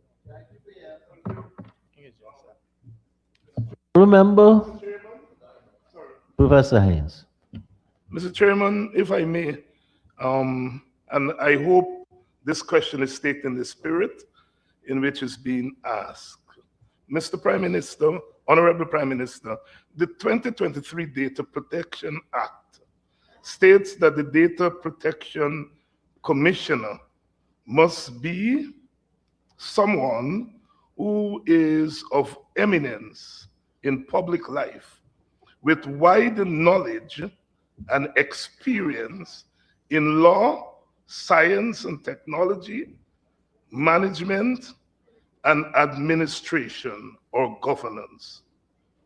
Can you tell this House, Mr. Prime Minister, on what basis is the Data Commissioner, Mr. Anil Giddens, is of eminence in public life? Honorable Prime Minister. Mr. Chairman, Mr. Anil Giddens has satisfied all the requirements outlined by the honorable member and beyond. And beyond. And therefore, we had no discomfort in so appointing him. Thank you, Prime Minister. Miss, may I? Honorable Member, Professor Haynes. May I follow up? As the date, and again, I hope this question is taken in the spirit, Honorable Prime Minister. As the Data Commissioner taken with him a copy of GCOM's National Register of Registrants database in order to... That particular question is out of order. I want to know under which line item, if he did that, if he had to pay GCOM $100 million out of this, whatever. You're out of order, though. I'm guided. I'm Thank guided, you. respectfully so. One last. Go ahead, honorable member. On the 20th of October, 2025, the Minister of Home Affairs, the Honorable Onage Walron, said at a press conference that the EID card would be used to gauge compliance with tax and NIS laws. How will this be done when the relevant tax laws guarantees confidentiality?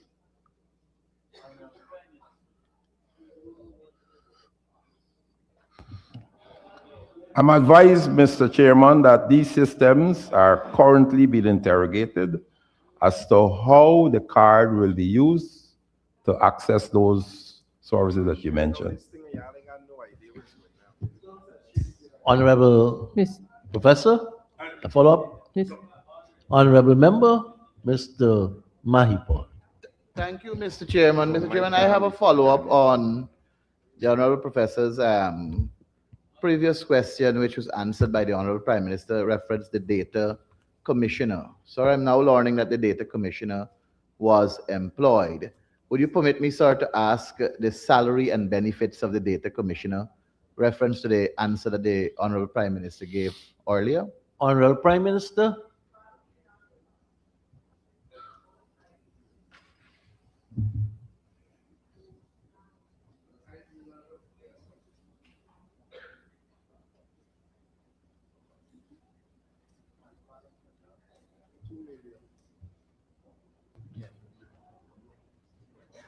The salary of the Data Commissioner is $1,320,000 per month. Thank you, Prime Minister. Thank you, Mr. Chairman. Is there any allowances attached to this? This is the basic salary, I'm assuming. And the allowances?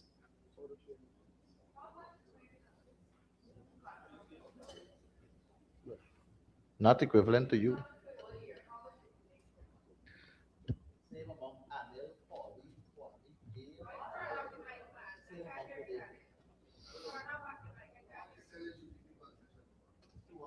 I have be finishing if we use up the 6 months.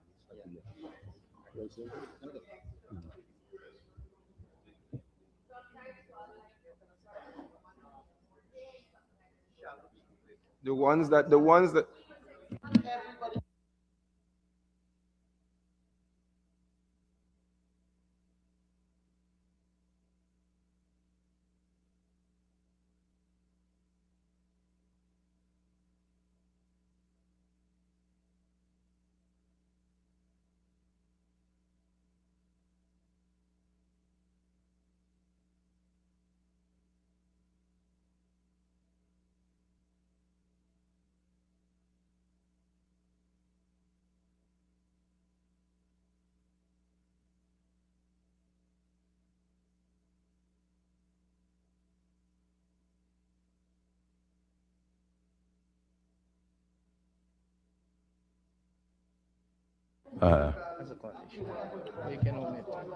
Okay.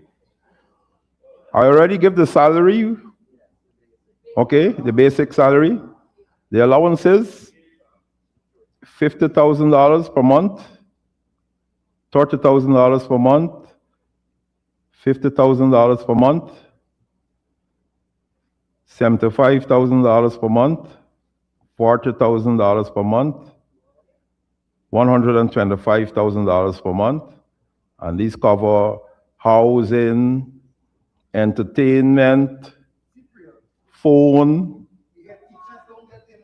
and then you have a vacation allowance equivalent to 1 month's salary, and a gratuity of 22.5% that is paid every 6 months.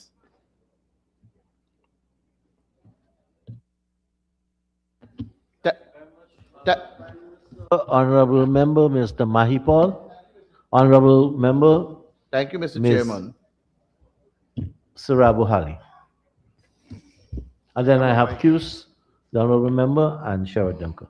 Thank you, Mr. Chair. Mr. Chair, I heard the Prime Minister he read something that bothers me because the reality is that the persons who received the EID, they did not volunteer that they were going to be part of a pilot. How I know? Because, anyways, I'm not responding to you. They were coerced into taking them because they were told that if they could not actually take them, then they wouldn't be able to get their cash grants. So it was not that they volunteered to a pilot program. So when I sat down and I heard that from the Prime Minister, I know he was given something, so I'm not saying that this was him, but there is there's some gap between what I have known to be what happened to a lot of those persons who actually had to take to sign up for the EID cards in the public service and what I'm hearing on the floor here. So I'm just trying to bridge the gap between what I know and what I heard on the floor here. I just wanted to clarify in my mind what you heard that is different from what I heard from the PM, right? So, because I seem to have a disconnect, but let PM clarify my confusion. PM? Mr. Chairman, we have no report of anyone making any allegation that they were coerced into providing their information. And I think I would want to believe that if the honorable member came into contact with such information, we owe, or you owe a responsibility to this nation to point the people to the necessary authorities so we can do an investigation. As I oversaw this activity and interacted with public servants, none of them so far have complained about being coerced. But if you have such a complaint, take the statements or point them to the police or to the authorities or to us, and we will investigate. But I want to tell this House and tell the nation of Guyana that everybody who came forward, and I must congratulate them, I must congratulate the public servants who came forward and gave their information, because they recognize the importance of this card. This is taking us leaps and bounds into the 21st century, way into the 21st century. Many countries are still grappling, and they claim they're more developed than us. We are heading, catapulting Guyana into the future, making things more easier for people.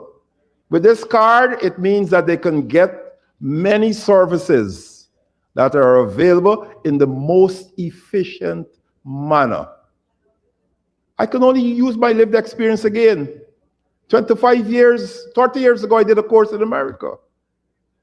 And with a Generation 2 phone, I paid all my bills. I had card that I access services, and I'm happy. And I know many Guyanese are happy that we're finally getting this facility here in Guyana.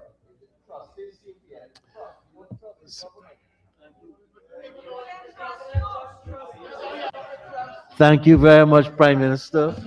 Prime Minister, thank you for confirming I wasn't confused. Thank you.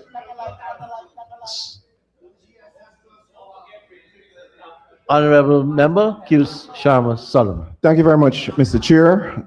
Can the Prime Minister clarify for us if this card is going to consolidate existing ID cards from GCOM or our driver license? And if not so, we've already been told that certain government services will likely be using this card. How does that negate what we have with the single window that is already $6 million invested by this government. Can the Prime Minister clarify that, please? Thank you very much. Honorable Prime Minister. The simple answer is no. This is a separate ID card from the one that is issued by GCOM. This is a card that will open windows to you. A lot of services you can get from this card. When it comes to voting, you still have to have the ID card from GCOM to vote and to ensure that you are on any list for the purpose of voting. And that is for the cards, but what about the single window of government services that you said, for example, will be used for e-health and services like that? Honorable Prime Minister. For the single window or general services, access to general services, the answer is yes. And you can recall that I think 2 months ago, we launched a center. We launched a center at Lenora. And in a matter of days from now, I think it's Wednesday. Where? On Wednesday, we will launch a second center at Fort Wellington. And we'll keep rolling out and we'll get to Region 10 sooner than you expect. The whole aim is Guyanese throughout the length and breadth of Guyana will have the opportunity of signing up and getting this card issued to them and to start reaping the benefits associated with having this card. Thank you, Prime Minister. Honorable Member, Mr. Duncan. Thank you very much, Mr. Chair. And the same issue line item of the ID card. Mr. Speaker, I just wanted to ask, based on everything the Honorable Prime Minister has said so glowingly about the facility of this ID card is the card of the future, what then has been the impediment to having the legislation go hand in hand with the all that has been said? What is the impediment? What has been the impediment to date? Prime Minister, all I could say is that the honorable members love to hear your voice. Go ahead. Thank you, Mr. Speaker. I wish to assure the honorable member that there was no impediment. You passed the legislation, you have 2 years ago. All right, it's a process. It's a process. You have to build out the system. You have to staff. You have to agree on a structure. You have to staff it with the important people. You have to now, as part of the operationalizing, you have to do some testing and adjusting. This is a highly technical project. And perhaps if you were more interested in understanding what it entails and not lean on your own understanding. You're imputing, sir. Right? Not lean on your own understanding. You would have been able to appreciate what I'm saying here. It has to go through a testing phase. In order to take it through a testing phase, you have to issue cards to people. You have to issue cards to people and then test.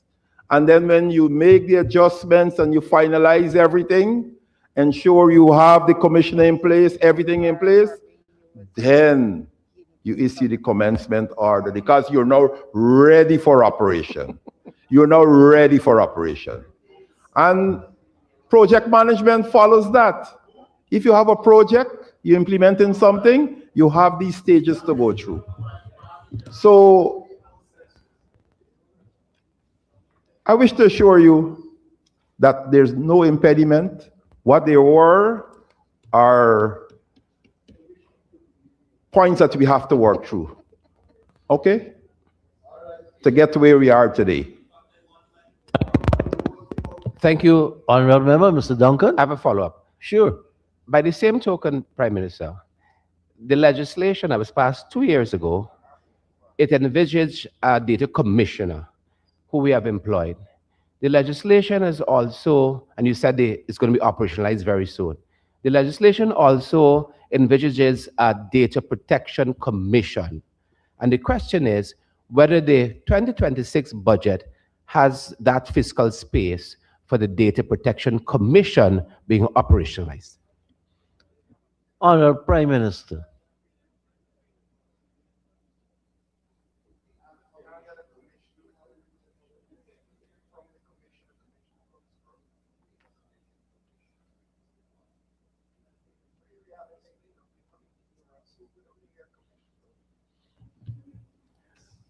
There is a provision for that. And of course, there's another step. There's another step in the process, and I can assure the honorable member that we will get there and we will have that commission. Okay? Thank you, Prime Minister. Honorable Member, Mr. Duncan. So I take it as a yes, there is a fiscal space here to operationalize it.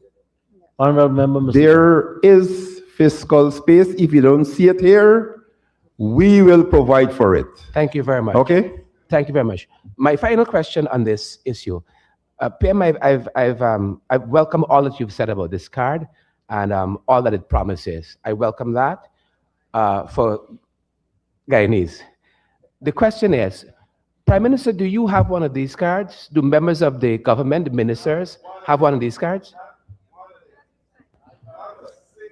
Two things here. If you're in possession of one. Two things here. And Mr. Solomon, please give me a chance to Honorable answer. Prime Minister, I'm giving you that chance. Please give me a chance to answer.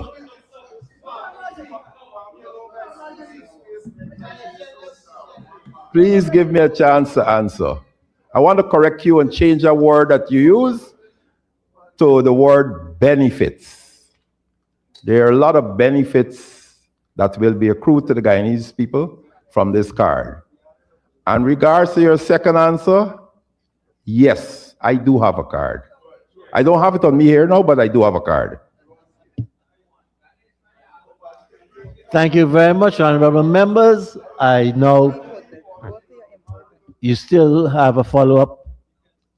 Honorable members, I now put a question that the sum stated for Agency 2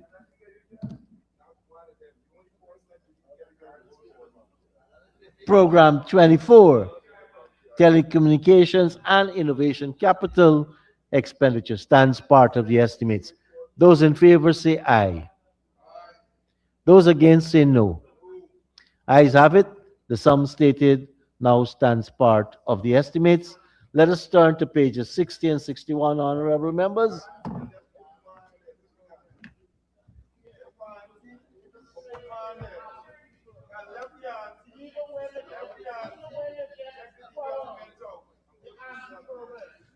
Honorable members, I now propose the question that the sum stated for Agency 2, Program 25, current expenditure, stands part of the estimates. The honorable member, Mr. Duncan. Thank you very much, Mr. Chairman. Line items. Should I hold for the staff to be seated? Yes.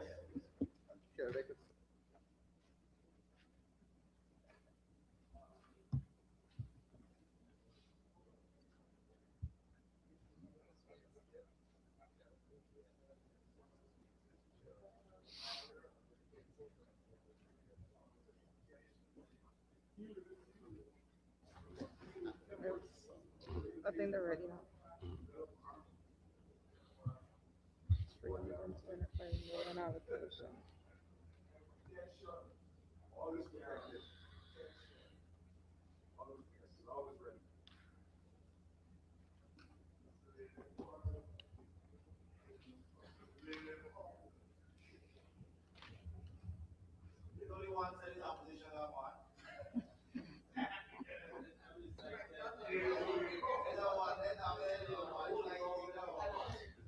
Honorable member, please. Thank you, Mr. can Chairman. Go ahead.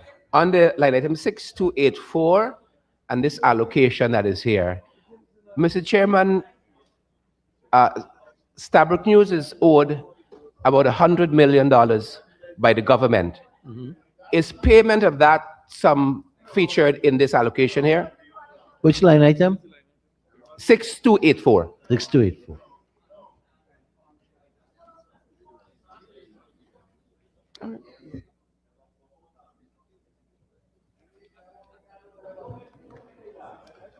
The simple answer is no. It's not catered for under this line item.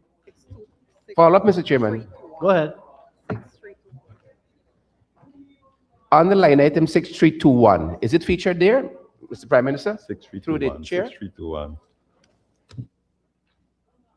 Go ahead.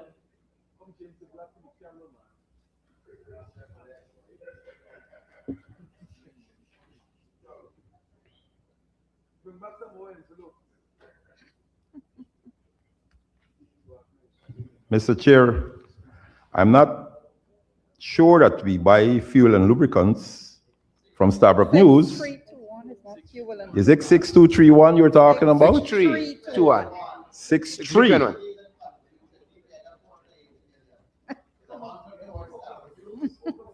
6321? No, I did this. I was a accounting officer for a number of years, so. Yeah. It cater for here? It cater for here, right? 6321, subsidies and contributions to local organizations. We have $970,192,000 there. And it caters for the increased allocation provided subvention for the National Communications Network in the amount of $490,192,000. Department of Public Information, $480 million. And for salaries and daily operations.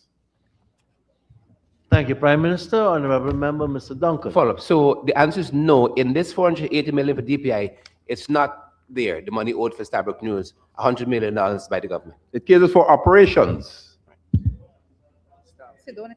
staff payments, and so. Mr.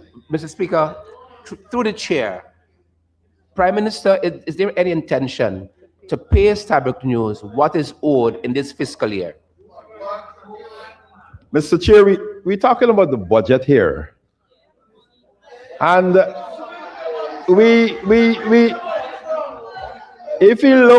we look at what obtained in 2025, there were several instances in the media where Starbuck News and other news agencies claimed that they had money outstanding and they were paid.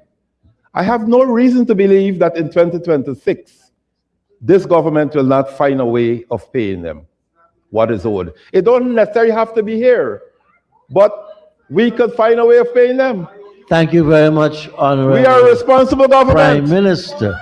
It's not allocated under the subhead, but doesn't mean that we cannot find a way of paying them. Thank you. Y'all found a way of paying many things in the past.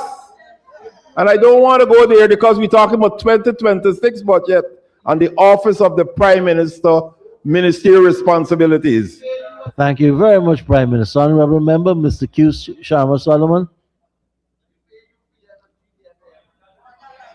Past honorable members, I now put a question that the sum stated for Agency 2. Mr. Speaker, Mr. Chair.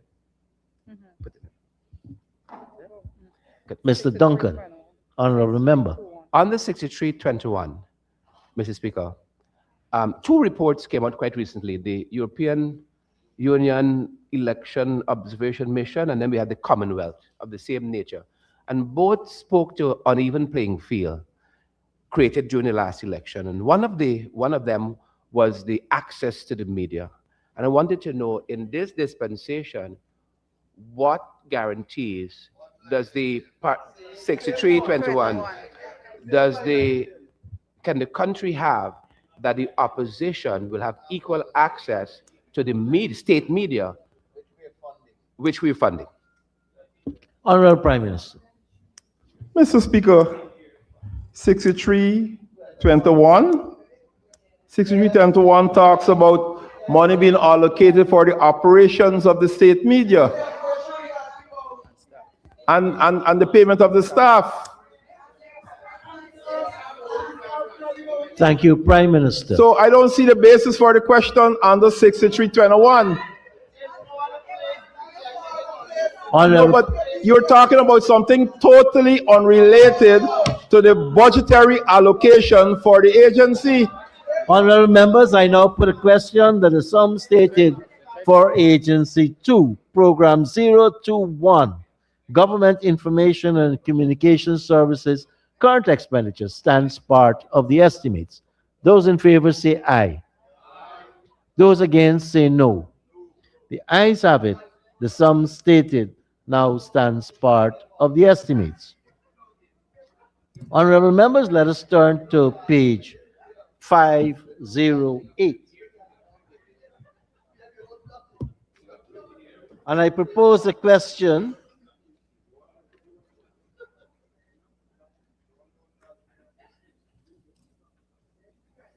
that the sum stated for Agency 2, Program 25, capital expenditure, now stands part of the estimates. Honorable members, I now put a question that the sum stated for Agency 2, Program 25, capital expenditure, stands part of the estimates. Those in favor say aye. Those against say no. The ayes have it. The sum stated now stands part of the estimates. Thank you, Honorable Prime Minister, and all of your agencies and their staff for taking us through those areas of your responsibility. Thank you, Mr. Chairman. I want to commend my staff indeed for the hard work they would have done. And I'd like to commend the members of the opposition for all the questions posed that I have adequately answered. Thank you very much, Mr. Speaker. Thank you very, very much, Honorable Prime Minister. Honorable members, just to get the timekeeping right, we have 11 minutes saved to take over to tomorrow. 11 minutes. And so those who are keeping time can check. Let the assembly resume.